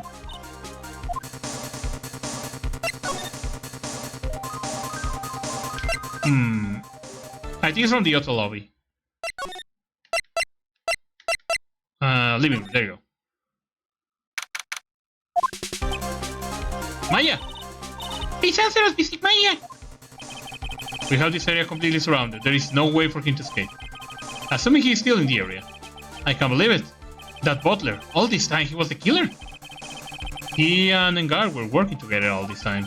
I'm sure they had worked out a contingency plan ahead of time. Also, It's a figurine of a bear. There are a lot of cuts in it for some reason. figurine adds to the cortex. A bear? Isn't that more of a thing of Juan? Why would something like this be here?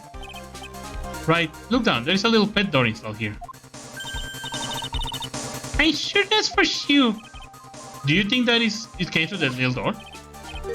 This door is locked. Well, I'm pretty sure the breaking doors down by now. Let's go, Edgeworth.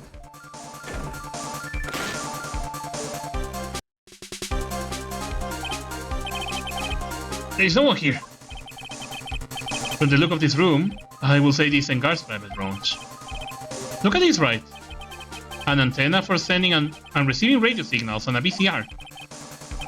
Check inside the deck if there is a tape. It will be an important piece of evidence. If we're lucky, I'll have the moment of the crime was committed record on it.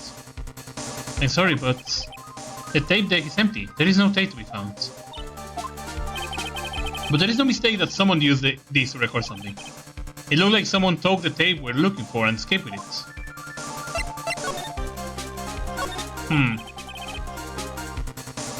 It's a VCR and an antenna. Wait, the wine cellar.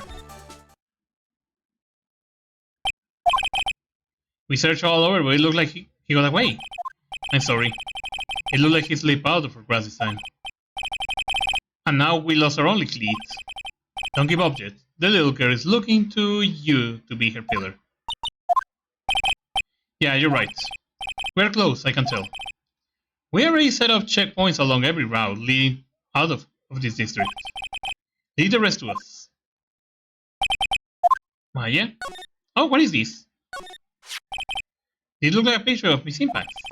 With love, Celeste. Miss Impact, you mean? Yes, Juan, former manager.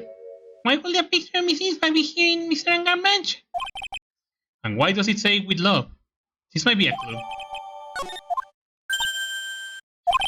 What's wrong, Pearls? Please, let me see that picture frame.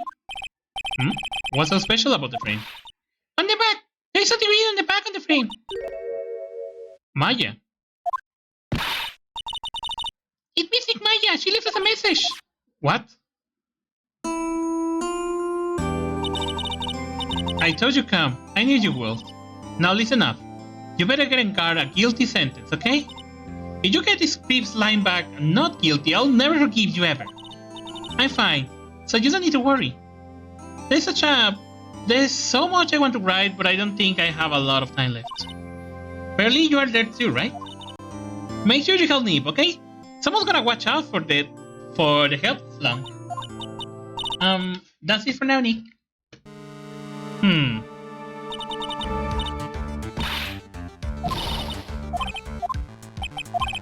What's wrong? Why the blank stare? Oh, nothing. We searched the house and this is the last room. It looks like he eluded us. Yes, Edward. Yes, Edward? Yes. As far as those go, I think this is about all I'm going to get. But I'm still short one last thing. And what is that?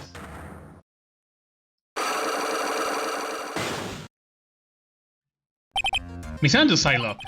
If I could just find out what secret she's holding, then I think I stand a chance in the court tomorrow. To blow this case wide and open and expose the truth. I think I know what you're thinking. I'll contact the detention center. Thanks, Edward. Well, let's go, Pearls. It's time to open the last lock. Oh, they teleport me there. Good evening, Mr. Wright. What's wrong? You look ill. Miss Andrews, I have come to remove your Psylocke. Psylocke? I want to know, and you will tell me your secret. Fine, go ahead. Try to break me if you can.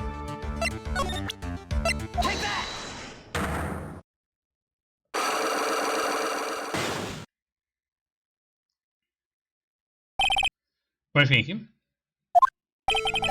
Can you please tell me why you framed Mr. Engar for the murder? I already told you countless times. It's because I thought Matt was the killer. No, that's not it. I know you have a personal reason to dislike Mr. Engar. Miss Andrews, you might think I didn't hear it, but I know you said something earlier. You said revenge. So you are saying I was taking my revenge out on Matt, and that's why? What an absurd idea. I don't have anything I want to take revenge for. Miss Andrews, a woman who lives by being dependent on other people. There is something or someone in her past that will make her revenge. Take that! Celeste? There is only one catalyst that could cause such strong feelings and even revenge. And that is Miss Impact's suicide. What are you trying to say? Celeste was Juan's manager. On top of that, the one who hit her suicide note was also Juan. What does all this have to do with Matt? You're right. You haven't mentioned him yet. But for you to hate Mr. Engar, it will mean that he must have had some relation to Miss Impact and her suicide. Can you explain to me this relation between Matt, Celeste, and Impact? Take that! The photo. This is a photo of Miss Impact, correct? She looks younger than when she passed away, though. With love, Celeste. This is Miss Impact's handwriting, isn't it? Where did you find this? No, that's alright. It was a rhetorical question. Yeah, it is.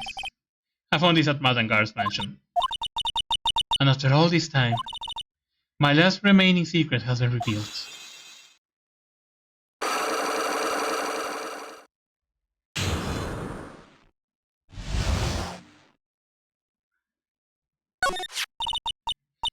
Celeste, she was supposed to get married to Juan. Yes, but I hear that it didn't work out. Because Mr. Juan didn't want to get married to her anymore, right? Yes, because of Matt. Because of Mr. Engar? What do you mean? I think I can see where this is going. Celeste, she was Matt's manager a long time ago. She was the happiest woman in the world at the time. I was working part-time back then, and I often saw the two of them together. So that's why, with Love Celeste, is really on the frame of that picture. They were a couple, weren't they? It was not anything as splendid as that. Yeah, Adrian Andrews totally looked like Sauros with Samus. Celeste was being used, toyed with, until she was thrown away. That's so horrible. Matt's entire image is built around how nice and wonderful of a man he is. A scandal will have destroyed that. Which is why Celeste, in her kindness, moved over to Worldwide Studios. And that is where she met Juan. She seemed really happy with him, even happier than when she was with Matt. Celeste and Juan were such a good match. They were even planning to get married. And then, it was suddenly called off. On the night Juan called their marriage off, Celeste, she killed herself. And that's why I framed Matt. It was revenge for Celeste and for myself. I'm sure even you can guess why Juan called the wedding off, right? Matt confessed to Juan about his relationship with Celeste. I see, so that's what happened. But then why did Juan have to call off the wedding? I don't understand at all. It was probably because of his worthless male pride. Juan and Matt were always fierce rivals. Matt waited for the wedding announcement and then unleashed the truth on Juan. He was aiming for when it will hurt Juan the most. Or Miss Impact. That was at the end of it. That day, I'm almost certain that Celeste left a suicide note behind. And in that note, she left a detailed account of Matt's various misdeeds and so that she will never again be hurt by Matt, she chose to die. Then, when Juan discovered her body, he hid her note. Why would he do that? It's simple. Juan realized that note was a powerful weapon against Matt, and it will be especially damaging to his refreshing, like a spring breeze image. In any case, with his pride hurt, Juan sought revenge. Revenge, that's what the word again. Juan wanted to publicly disclose the contents of that suicide note. At the time, That would cause Matt the most damage, of course.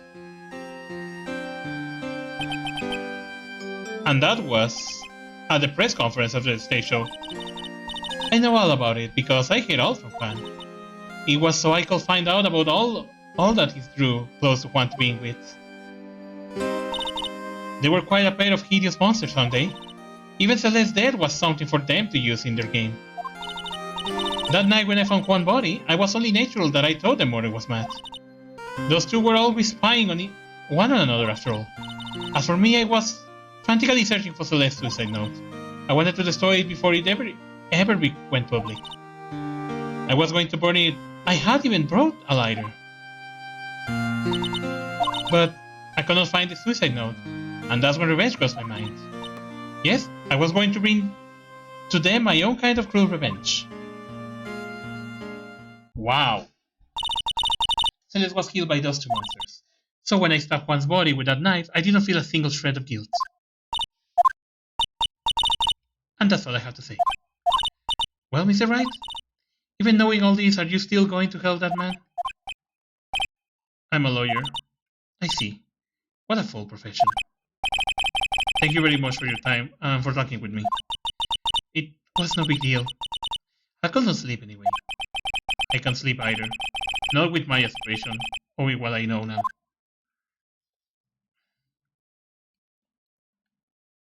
This is it. It's time for the longest part of this fucking game.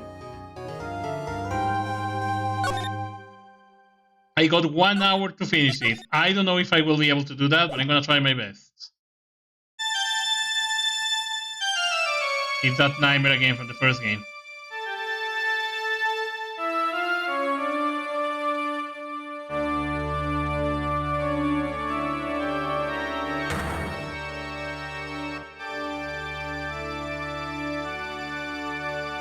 I don't gonna say that because that's literally the same thing that we saw the first. Yep, I'm almost done. It's the longest part of this.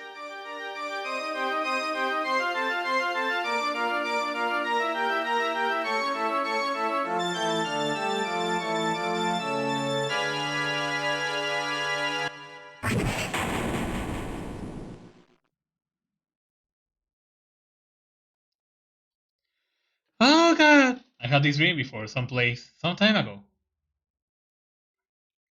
And that day was today's step to prove a killer's innocence.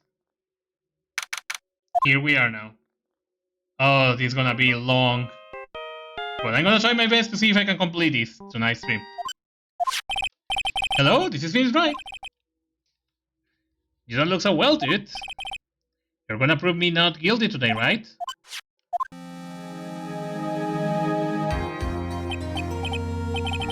If you please, Mr. Lawyer.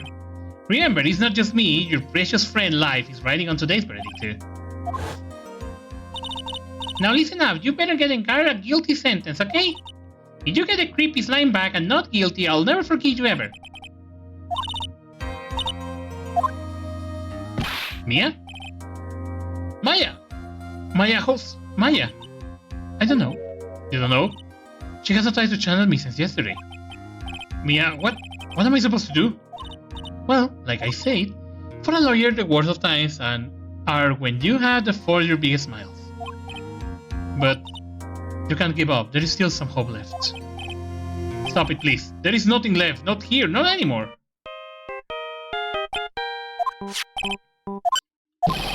Will you leave me alone? Look, don't call me anymore, I mean it. You're really mean, Paul. Don't you? I'm really sorry. Where are you? Then let me join the investigation team and we're chasing after the killer, pal. Then you have some sort of lead? Sorry, but right now we got 0 leads on the guy. But we are not going to give up. Kamshu?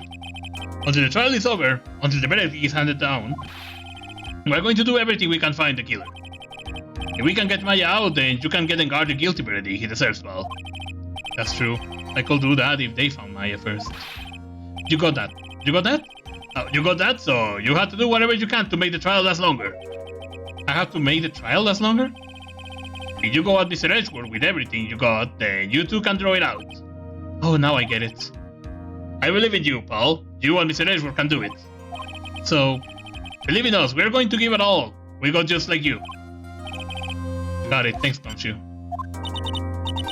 Hey, Phoenix. You understand now, don't you? You have something money will never be able to buy. Friendship. It's the strongest weapon in the world, and you have it in abundance.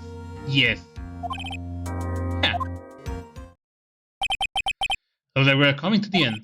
I have to make the trial last as long as I can. Gumshoe will come true, I know it.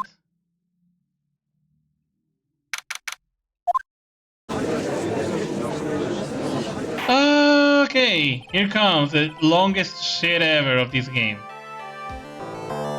Court is now in session for the trial of Madame Guard. The defense is ready, Your Honor. The prosecution has been ready for a while, Your Honor. Now, as I recall, we concluded yesterday's session with a big mystery on our hands. The mystery being what exactly was Miss Adrian Andrews' role in this murder. That is to say, is she really connected to the crime itself? Mr. Edgeworth, you will please inform the court of the proceedings. Adrian Andrews. He forged evidence that threw suspicion onto Mr. Angartz, and then proceeded to escape the crime scene by wearing a nickel samurai costume. The guilt of these actions are those from which she cannot escape. You are saying that she is guilty after all. I'm not finished, Your Honor. Miss Andrews has nothing to do with committing the actual murder. I would like to direct the court's attention to this card. What is that? It looks like a shell. It is a calling card of a certain assassin. Assassin, you say? Yes. Juan Correa was killed by a professional assassin. And the person who hired the assassin, his client, so to speak, is Madame Guard. What a surprising turn of events! I would think it's become commonplace by now, Your Honor. I know what's going on this time, so I know that everything Edgeworth has said is true. But we still have to hold out as long as we can, at least until Maya is safe and sound. I wonder how the trial will turn out today. Now then, please call your first witness, Mr. Edgeworth. The prosecution called the defendant's mentor, Mr. Will Powers, to the stand. Now then, witness, your name and occupation, please. Okay, I'm Will Powers. I'm a poor unpaid action star. And what is your relation to the defendant? Well, I guess I'm sort of a lousy mentor to him in a way, yeah? Mr. Power, please, you don't need to put yourself down so much. Sorry, well, but I'm just kind of a nothing sort of guy.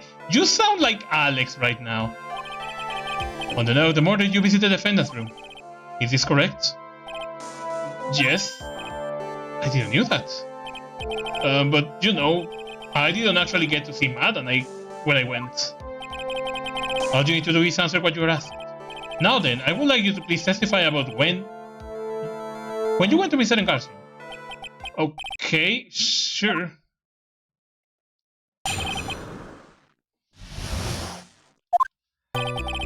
After the award ceremony, I went by myself to Matt's room. Matt was standing there in front of his room, still in his nickel samurai costume. He was talking with someone at first. I thought it was the bellboy. I watched the two of them for a while, but then I gave up and went back. I had guests with me that night, and I couldn't make them wait for me.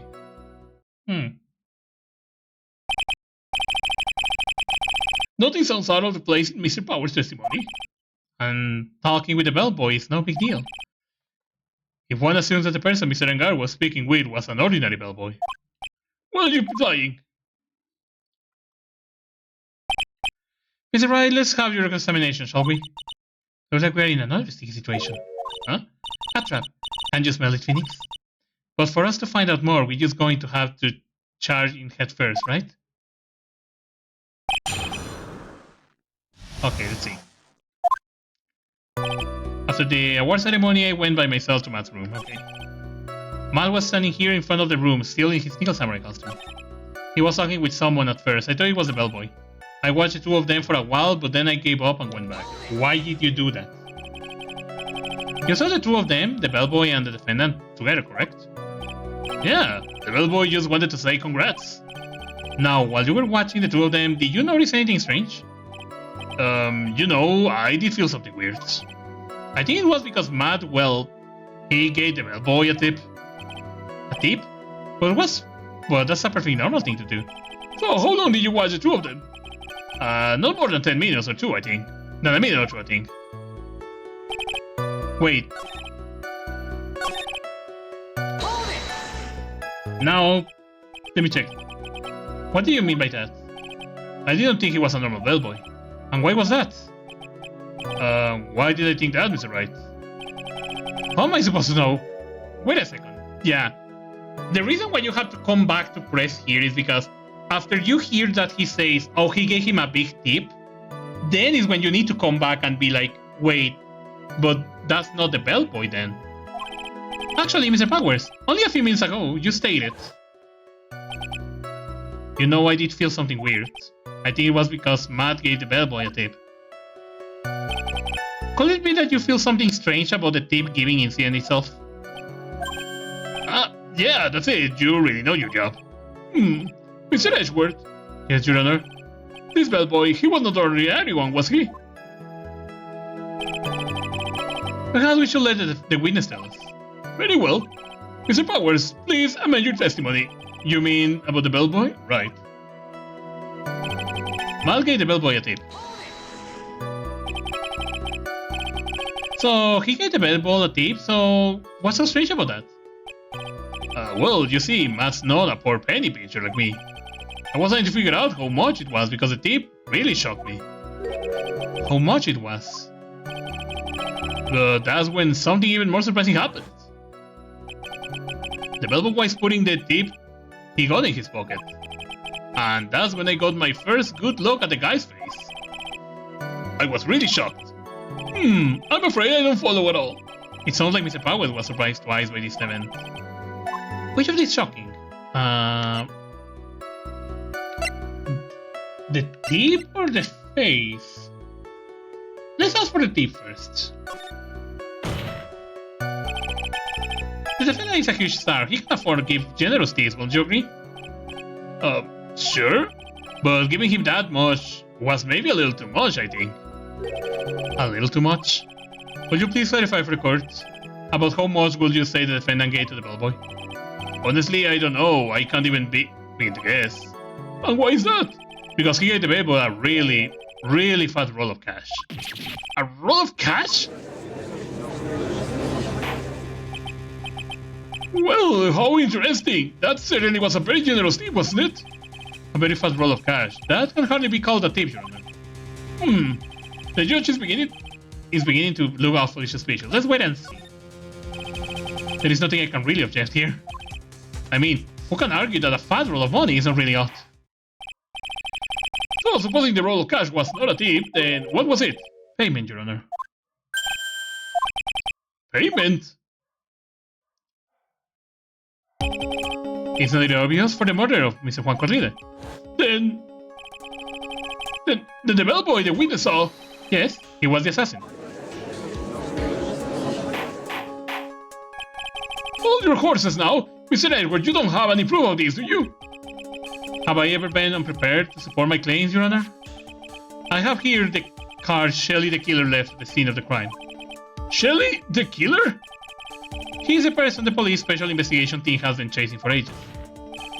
I asserted that the person the witness saw with this very assassin, Shelley the killer. Really? What's wrong, Mr. Powers? No, nothing. Something just clicked in my head and I think I just figured something out. Oh! Actually, I saw the bellboy again later on that night. What? Mr. Powers, please testify. Tell us what you saw. Yes, sir, right away. Oh, this is gonna get horrible. This time I was in the hallway because I had to go to the bathroom. And that's when the bellboy I saw earlier came out of the room.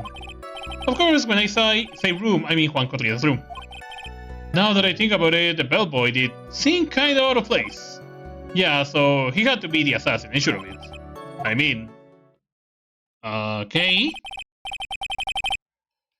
Thank you very much. This is all what we need for now. Huh? But I'm not done, there is still more.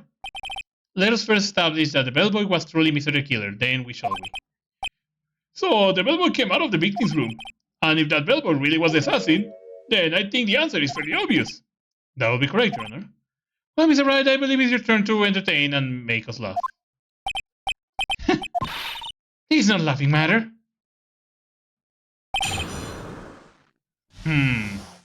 I think I got it. Now that I think about it, Bellbolt is in kind of out of place. Why?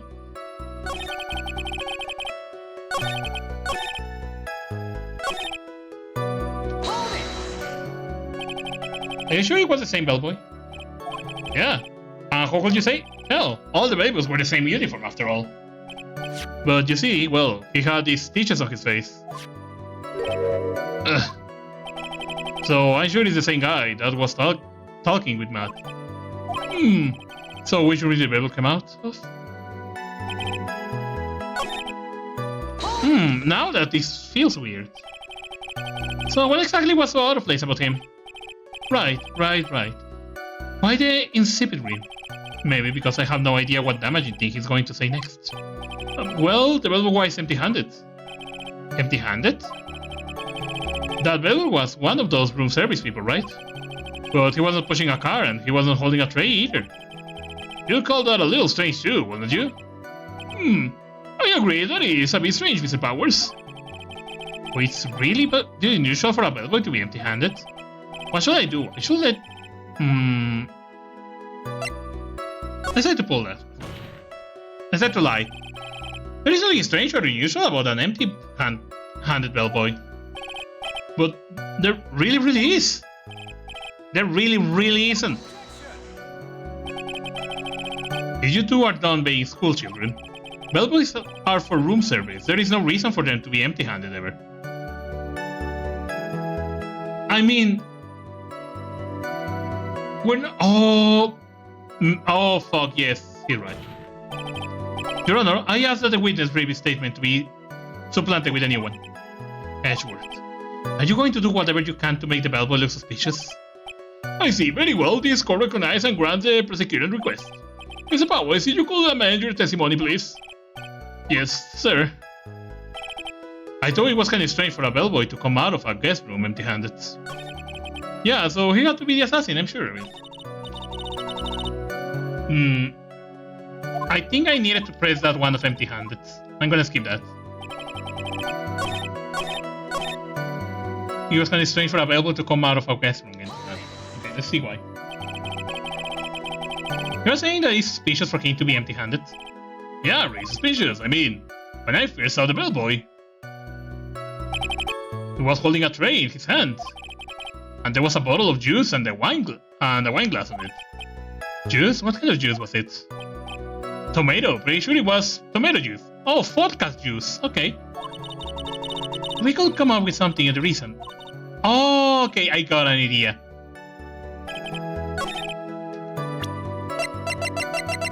Objection!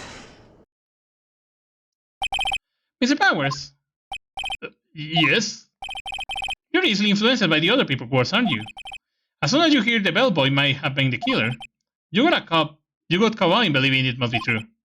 But isn't he real suspicious? He's got all of these stitches and... So, a baseball has stitches. Are you saying like all baseball are suspicious because they have stitches? Well, there's also, I mean, what about him being empty-handed? I would like to ask the court to please take a look at here. This is the crime scene. There is a wine glass sitting next to Mr. Corrida's body. The liquid inside this glass is vodka juice. And now, if you will look at what is on top of the table in the lower right corner here, anyone can clearly see that it's a tray with a bottle of tomato juice on it. Yeah, más vodka. The bellboy had just brought this to Mr. Corrida's room. He left the tray in the room, which is why he was empty-handed when he left. But that would mean that the bellboy had seen and left a dead body in the room. Ah, but can you prove that Juan was already dead at the time? Mr. Edgeworth. Yes? I blame you for leading me down this road. I'm terribly sorry. What is with him? Why is he laughing? Witness, is there more thing you would like to share with us? Is there? The bellboy was empty-handed, or shall I say, empty-handed. Orical, you have something interesting to say about this hand. Oh yeah, I almost forgot. Huh? What? That bellboy, he was wearing gloves. Gloves? Yeah, pitch black, leather ones. All the other bellboys don't wear gloves like that, right? Black leather gloves? Why didn't you mention them earlier?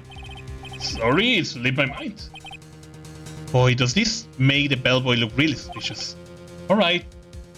Got to focus and I can't get lost. So why he got gloves? Other bellboys wear gloves. Come on, Mr. Wright. That bellboy was wearing black leather ones. So, a football is made of leather. Are you saying all footballs are suspicious because they are made of leather? But that man had received a large roll of cash from the defendant. And then he was seen leaving the crime scene wearing black leather gloves. I don't think that even someone like myself can believe he was just another bellboy. It seems that we finally came to an understanding. Now then, witness, please continue the rest of your testimony. Okay, here we're about to continue with a little bit more. The rest? Oh yes, please tell us more. Okay.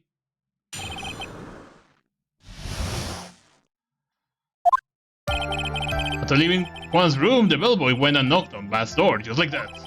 He gave something to the person inside the room. Then the old guy just left without even going to the room.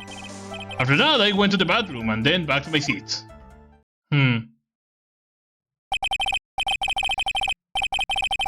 So the bellboy, after leaving the crime scene, next went to the defendant's room. Yeah, I kinda saw all that by accident. Some accident, I say you saw too much. And all of it was suspicious, high heaven. I think it's safe to say that we can no longer consider this bellboy to be normal. Now then, let's get started, shall we, Mr. Wright? Your cross-examination, please. Yes, Your Honor. Okay. What will be? After leaving the room, the bellboy went to knock on Matt's door, just like that. He gave something to the person inside the room. What person? I said hold it. Okay. That's better. What kind of statement is that? Please elaborate and give us more details. Okay. I should probably ask him only one question at a time. The person inside, about this something, about the person inside. So, who took this something the bellboy handed us? Actually, I don't know. What do you mean? I'm sorry, but I only saw the person's arm. Only an arm? Then you're saying you didn't see the person's face? Yeah. Well, it was Mr. Angar's room, correct? So it could have only been Mr. Angar himself, I'd say. And then, what did the bellboy do after that? Oh, so after he gave the person inside the room. What about the something? I'm gonna skip that, because we already did with this. How about this something? He gave something to this person? Yeah. What was this something? If I remember what it was, it wouldn't be calling it a something, would it? Would this imply that something was removed from the scene of the crime? Are you sure you really can't remember his powers? I think it was something kinda small. I would like to summarize the testimony up to this point, if you don't mind. When the bellboy left the crime scene, he immediately went to the defendant's room. There he handed a small item, of some sort, to the person inside. As for the person who received the item, all you could see was the person's arm. Yes, it was all like that. Mr. Edgeworth, all of this really is that important? Of course, Your Honor. I think this is the utmost important. This is when whatever was removed from the scene was handed over to the client. Mr. Powers, please try to remember what it was the bellboy handed us. Well, let's see. I think it was no. Do you remember, please? Add it to your testimony. Yes, sir. If I saw it again, I could say for sure, but I think it was some sort of wooden statue. A wooden bear.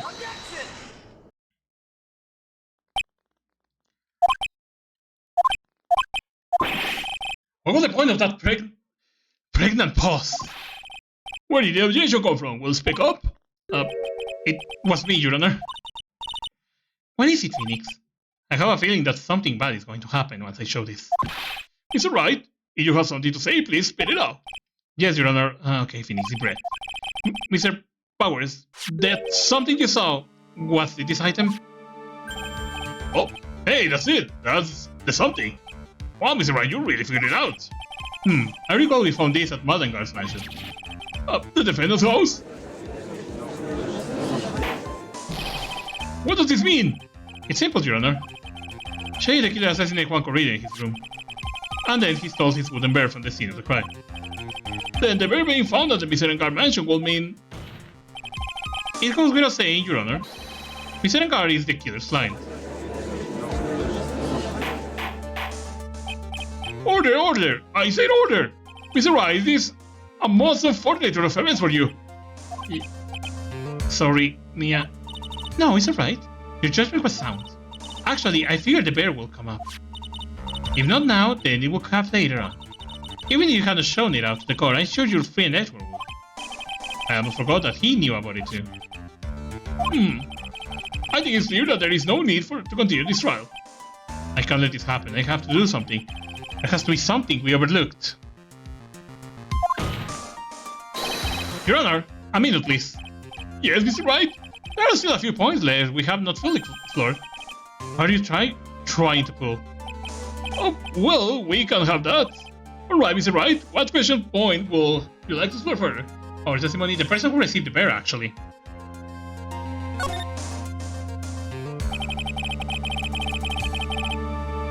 There was one thing in Mr. Power's testimony that was very unclear.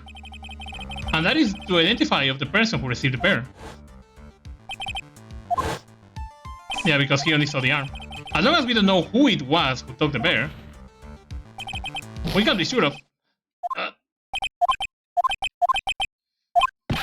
What is it, Mr. Powers?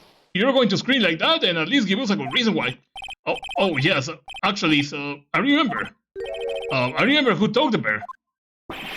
What? Really? I mean, I only saw his arm, but the arm? It was a nickel samurai arm, I swear it. You got to be kidding! Are you sure of that, Mr. Powers? Yeah, I'm sure it was the nickel samurai. Order, order! It looks like you took your own grave yet again. How many times is that today? I've lost count. So the person who took in this little bear was a nickel samurai. And all we know, Malangar is a nickel samurai. That's not true. Thanks to the defense, we made it all clear. What am I supposed to do now, Mia? Help! You don't have time to act lost. You got to find another angle to attack this form. Hurry. Now I will bring... Your Honor, again, Mr. Wright? We already removed all questionable areas of this testimony. It's about time you were removed from this court, Mr. Wright. I had to find something, even one more little point will do. There are still questions left unanswered. What are you trying to pull? Oh, well, we can have... Alright, Mr. Wright. What little point will you... The person who received... power test... No, power testimony, I don't think so. Probably the bear itself?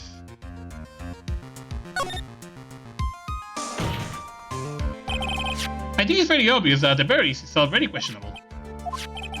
The bear, Mr. Wright? It was found at Mr. Engar mansion. However, Mr. Engar was arrested at the hotel that night.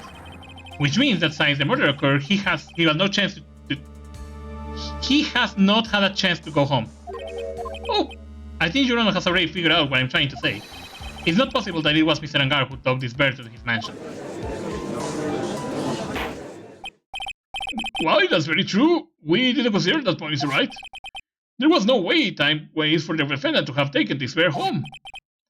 That's Albert. God. You have not got the best of me yet, Mr. Wright. Huh? I remember it clear as day. I remember what you murdered yourself at Engar's mansion. You had this area completely surrounded. There is no way for him to escape. I can't believe it. That butler, all this time, he was a killer. The killer and Engar were working together, so to speak. And the killer was hiding at the Engar mansion as its butler. What a bold move! The bear figurine was brought back to Engar mansion by the killer himself. When it looked like he was about to be arrested and guard had him to do so. He assumed because it would then had bad if the police found it during the investigation. Well, Mr. Wright, you've been quiet for a while now. It's too much. Is not there anything I can attack at all? I think we had enough. We now know why this bear figure is at the defendant's mansion, as well as who it was that received the bear from the assassin's room. Everything has become clear now. The client who hired the assassin committed the murder was Mr. Matengard. I see no reason for this trial to continue. Therefore, I will now hand down my verdict. Thank you, Your Honor, for your understanding. You see, Mr. Wright, you could not win against the truth, could you? I knew it. I knew it would turn out this way. After all, what Edward has stated is the truth. Any last objection, Mr. Wright? Well, what shall I do? Objection! I have to do that. There is only one way for me to drag this trial out.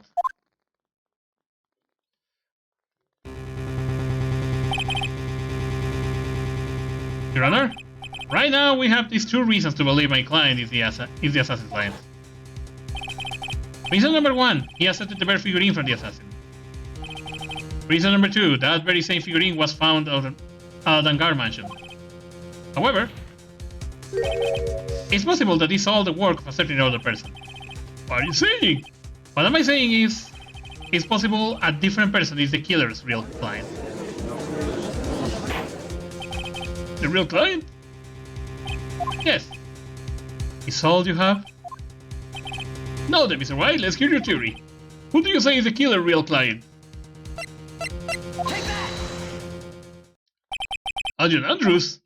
Yes, we already know that she tried to frame Madangar for the crime by wearing a spare Nickel Samurai costume. Then, the Nickel Samurai arm that I saw, that could have very well been Miss Andrews. But what about Mr. Angard? If you will please recall yesterday's testimony. The defendant was taking a nap during the break period. That's right.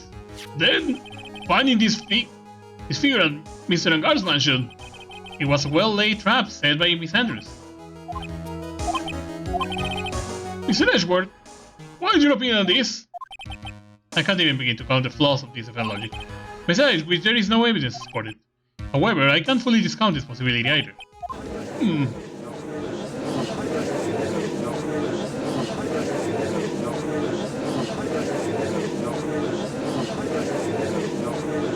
Oh god. This is gonna be crazy. Okay, even if the whole world turns against me, this is one fight I can't give up now. Order! Order! Order! All defrauded parties will be forced to leave this courtroom. Your Honor? Hold on. Let me grab something. There you go. Your Honor? For the benefit of the defense, I'm willing to play along with his what-if game. His what-if game, Mr. Edgeworth. The prosecution is prepared to challenge the defense theory. Mr. Wright, even if you must have though, it's strange and wonder. Why would the criminal want this little wooden bear? He's right. The killer did especially bring the bear to Engar right away. Why do you ask if there is something special about it? Absolutely. And I'm sure that once the court knows its significance, the true killer identity will become crystal clear. Your Honor, the prosecution calls upon a witness who will clear all doubts against Mr. Andrews. Who will that be? It's quite simple, Your Honor. Miss Agent Andrews herself. I see. Well then, the court will take a short 10-minute recess.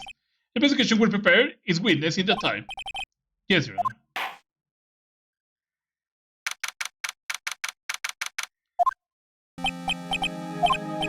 Oh, I knew it was a good idea to hold her hostage, don't you agree, Miss Lawyer? But I never thought in your desperation you tried to pin the guilt on Adrian. I swear this demon will pay. Pearls? Where's Maya? Where's Mia? I don't know. A really strong power suddenly called her away. A reason power? Sneak, your phone is... There's some gumshoe. How is it going? How is it going? Have you been hanging there, Paul? Yeah, sort of. We just barely found something to latch onto. That's good, pal. And what about you? Anything yet? Have you figured out where the killer and Maya are? Well, we don't have any leads, but... What? We don't have any more time. If we just had one, even a single clue will be really helpful. I was only able to come with this far because I keep thinking of myself. I want to keep the trial going until Maya's been rescued.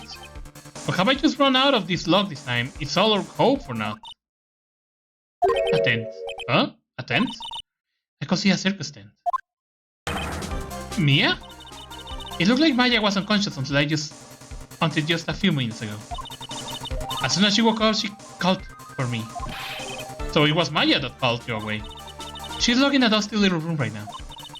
But I could see a circus tent outside the window, about 300 feet away. Gumshoe, is there a circus in town right now? There is only one, pal, the very big circus. Maya is somewhere within 300-foot radius of the main tent. What? Okay, hold on a second, pal. Hey, draw a circle on that map about 300 feet radius from the main tent. Hurry. And? I could see a mailbox under the window, just outside. I'm sure there is also a mailbox. Okay, what else? What else, Mia? I'm sorry, but it was a very small window. I couldn't see anything else. I feel like it was in an old office building, maybe the 3rd floor or so. I hear her. An old office building. Good stuff, pal. Okay, just hang in there. Just a little longer, pal. Wish us luck. Good luck. I'll catch you later, so don't let your battery die, okay, Paul? Mia, Maya's not hurt, right? She's in pretty bad state, Phoenix. She's being starved. Gumshoe, please hurry. Like we're out of time. Are you alright, Phoenix? It's only a matter of time before Maya's rescued. I can do this. I just have to make this trial last a little longer.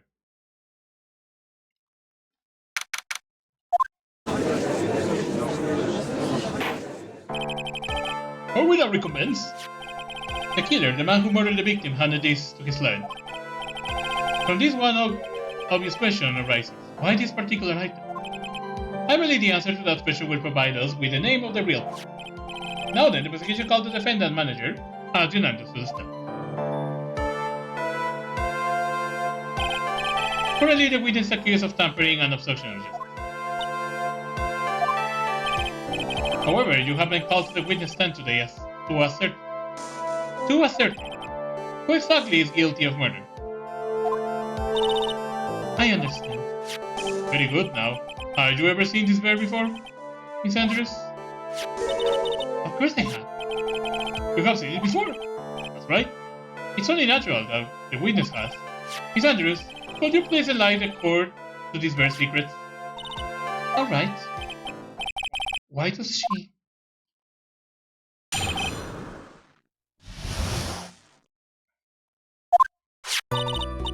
Actually, this is an elaborate puzzle. Did you know the correct order? It can be taken apart one piece at a time. The center is a small cavity with just enough room to store a small item. Because of its complexity, if you don't know the order, you cannot open the bear. Yuri can tell that it's a small jewelry box just by looking at it. So this figurine is a container of sorts, is it? Yes. Looks can deceive, couldn't you agree? Yes, this is a pair of craftsmanship. Oh yes, I nearly forgot. You might begin your examination, right? It looks like there really was something to that bear show. The bear figurine. Actually, this is an elaborate puzzle. Oh yeah, I read that. A puzzle? That's right. But it looks like an ordinary figurine. Fair enough. The people who don't know, I'm sure they will never guess that it was a puzzle. So what kind of puzzle is this exactly? Did you know the correct order? The pieces, blah blah. So you can take it apart, and how will one go about doing that? Well, you first turn its tail to the right and then push it in. Oh, yes, I see. After that, the arm and legs are free to move and can be removed. Oh, this is most interesting. A boy and his new toy is like he's 5-year-old over again.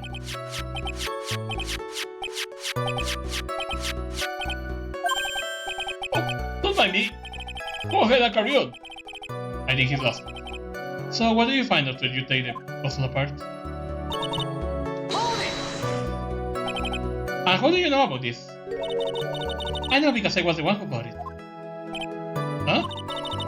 It was a souvenir from me from when a friend and I went to Switzerland. Then this was a present from you? That's right. It was a puzzle in the shape of a bear, so I thought it would be perfect for one. So it was a present from Miss Andrews. With that, let's continue with your testimony. Hold it! So who exactly knew how to solve this puzzle? Only the two of us, Juan and myself. It was a souvenir from Switzerland, so I know there are many people with this same bear in this country. But this looks like it can be easily broken, especially if someone wanted to get what is inside. Well, it's a toy, but it can never be the same once again when it's broken. Hold it! A jewelry box. Who else knows this bear is actually a small container of jewelry box? I never told anyone. And as long as Juan never told anyone either, only the two of us knew. The two of you, huh? And of course that maybe Mr. Angard didn't knew, right? That he's about all I'm going to get for now. You didn't update it.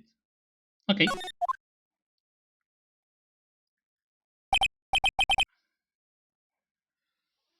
Well, Mr. Wright, I think even you have come to realize that there is one very important fact we haven't covered, and it's this. This bear is actually a jewelry box. Now that we have agreed to this point, there is only one logical question that can come next to that, and that is, what is inside this box? What is inside? That's right. That's what we are going to find out, witness. Yes? You are the only one who can open this. Please.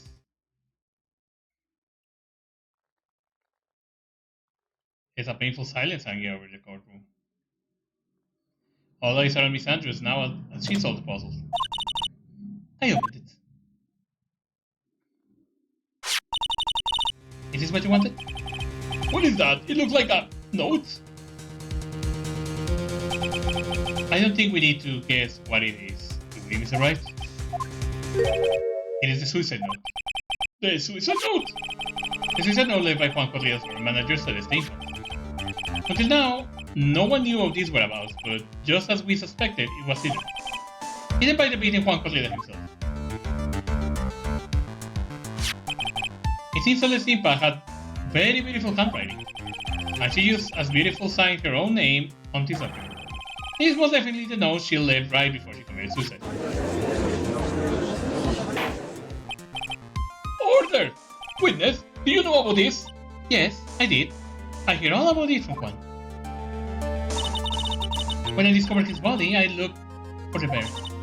I wanted to destroy the note before it became public, but I couldn't find it anywhere, because it had already been taken by the killer. Everything is going at Mr. Edgeworth's pace. So now that the suicide note has been found, that next logical question. Why is written on the note? That's right.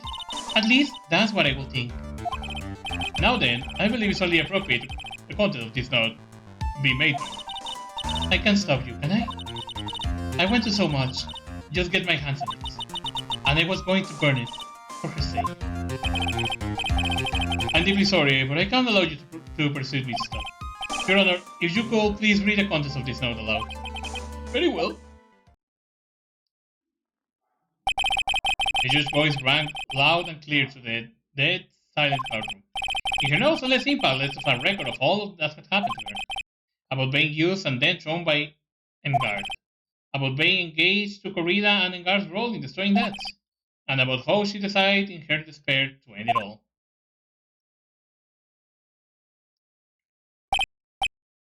That's all Miss Impax had to say. Here's one thing I would like to say here. Investigation has no interest in slandering Mr. Engard. Then what?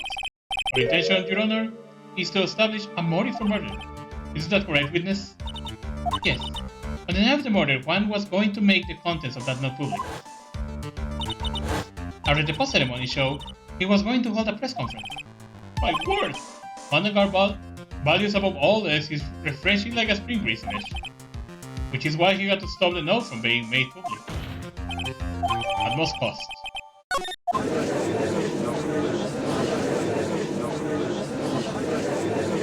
Oh god.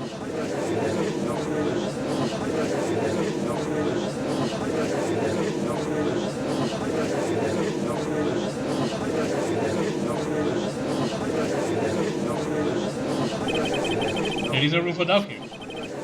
Since the killer's main goal was to obtain his suicide note, and the only person who needs this note so badly is the defendant. Let's not forget that the bird with the note inside was found at the defendant's house. It seems that we have come to the truth at last. The defendant's motives were entirely selfish. He deserves no sympathy from anyone. How am I supposed to escape from this one? Why the hesitation, Phoenix? Mushu has not called yet. So, you know what you must do. I know. I have to carry on and buy him some more time. Okay, there are two deadly pieces of evidence. The figurine and the suicide notes. Maybe somehow I can find a way out of this. So, one. The gabble is already in the Josh hand finish. Sorry. The suicide note or the figurine? Let's go for the suicide note. Objection! Please wait, Your Honor.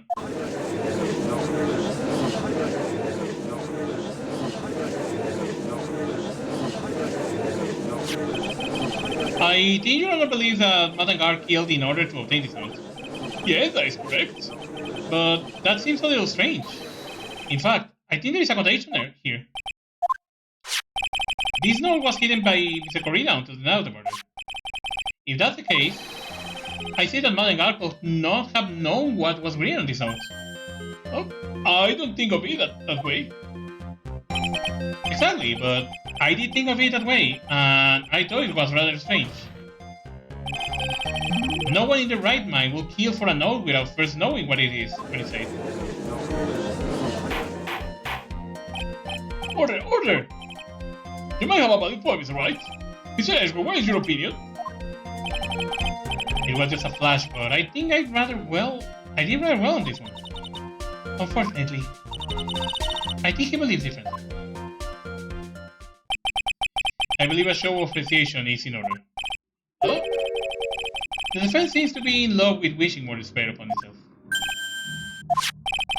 I would like to direct the court's attention to this. What is that? It's a very small video camera, Junior. This type of camera is commonly used as means of spying. Spying? What? I thought the spy camera was in my possession. Madangar and the victim both thought of the other as their biggest rival. They even went so far as to use this type of item to find each other's weakness. And the victim, Juan Corrida, was being spied on. His personal life was being watched by none other than Madangar. Order! Order! Mr. Wright? Yes, Your Honor? You don't tell me you knew about your client's spying activities. Well, sort of? Sort of? He's not acceptable answer, Mr. Wright. I see you are confused, Mr. Wright. You're probably thinking, but I have the camera that was the software bearer's eye. But this camera that I have is not the same one. Last night I searched the victim's house on a hunch. Using this. Gumshoe's box sweeper. By the way, Mr. Wright, the defendant's fingerprints were found on this camera. Madangar, fingerprints were on there? Well, Phoenix, it looks like those cameras were hidden all over the place, huh? What am I supposed to say to that? I think this is the end. It's very obvious that Mr. Ngar learned of suicide note through his. He was watching the victim all alone. He only got this time. I don't have anything to counter that.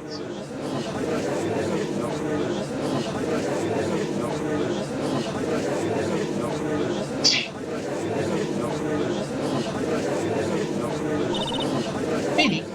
Yes, Chief? Have you figured out what's going to be the next yet? What I'm going to do next? Just running away like a frightened child were? I know it seems like Mr. Edgeworth is very close to putting the lid on this case, but in his eagerness to prove his point, he forgot one very important thing. Well, what is it, Mia?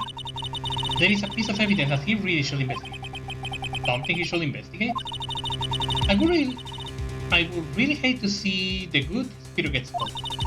For now, remembering to look into the item when he had a chance. Are you speaking in real self?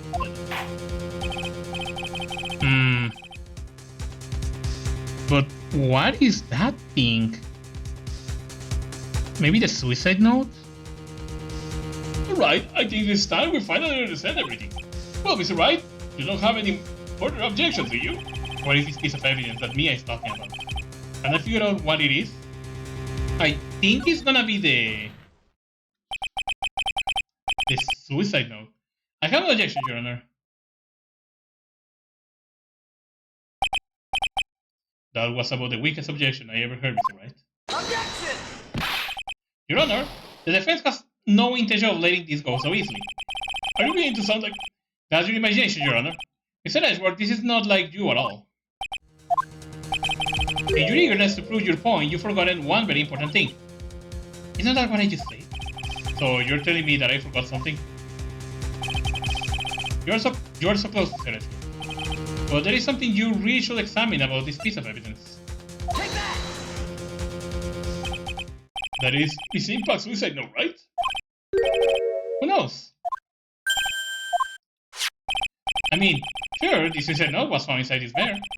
But this bear was in my possession until only a few moments ago. Which means...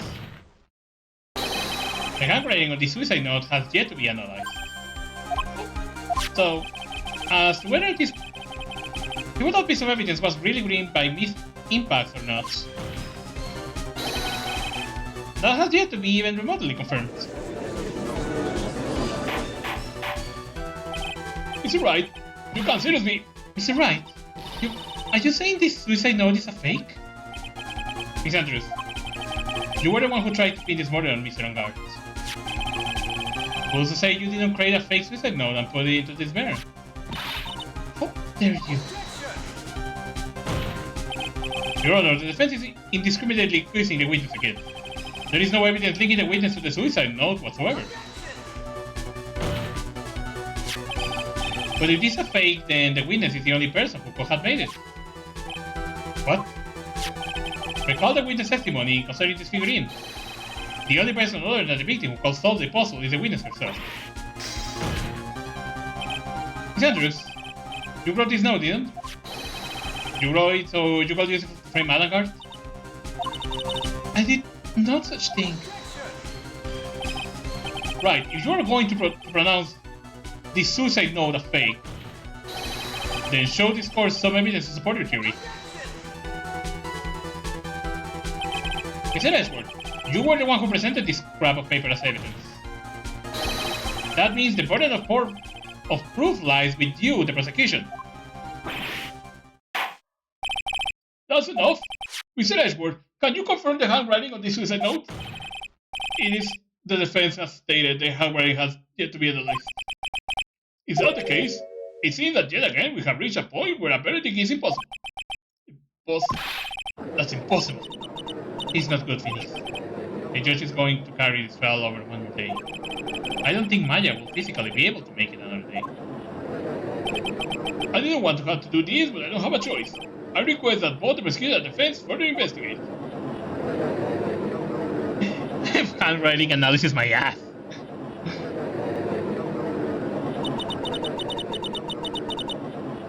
I'm probably gonna have to stop the stream soon because the trial is still gonna go way long there. I think we reached the end of the line. People is screaming to be guilty.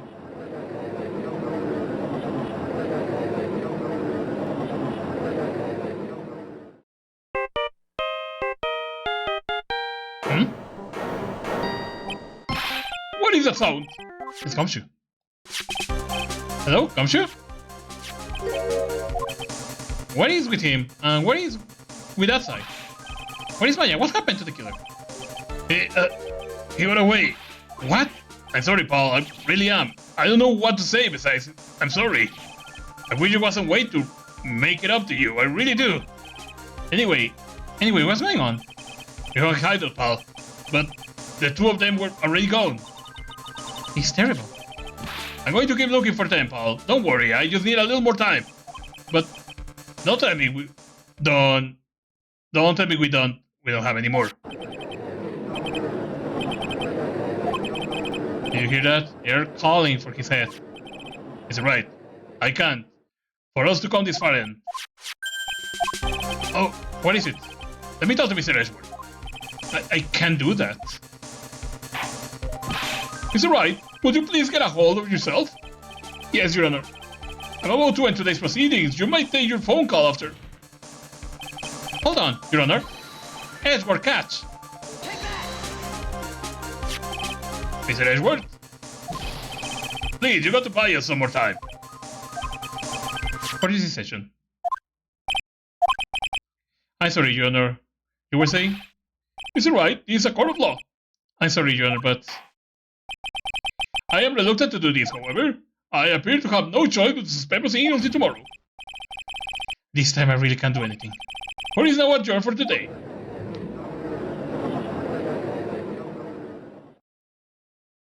Objection! Please wait, Your Honor. Edgeworth? What is it, Mr. Edgeworth? I humbly request another 30 minutes for you of Your Honor's time. For what purpose? We can perform the necessary test on this piece of evidence in that time. But can you really obtain your results in 30 minutes? I believe we can, Your Honor. But will not it be better if we adjourn for today and then recommend tomorrow? 30 minutes, please, Your Honor. That's all I'm asking for. Please, Your Honor.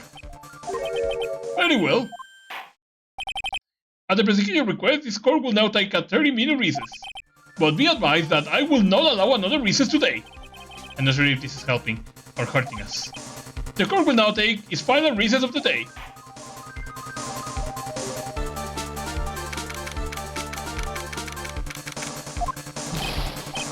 Right. Well, what's going on with Maya's situation? The killer, it looked like he got away again. 30 minutes? We can't find her in that time.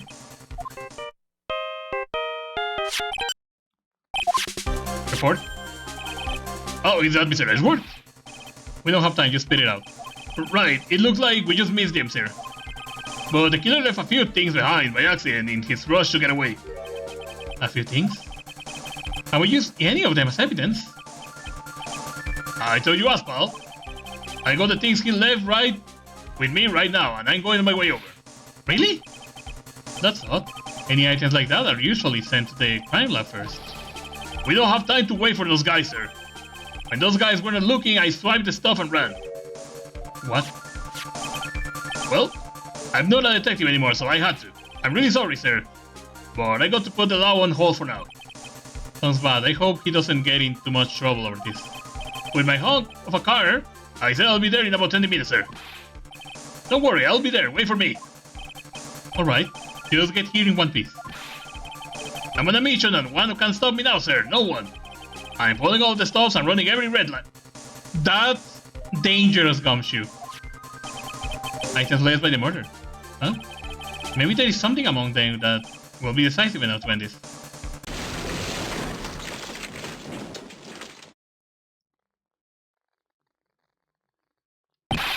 Hey, what's wrong?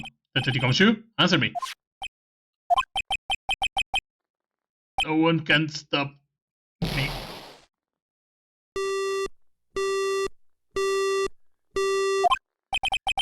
What happened? It sounded like he had an accident. I'm guessing his cell phone broke as well.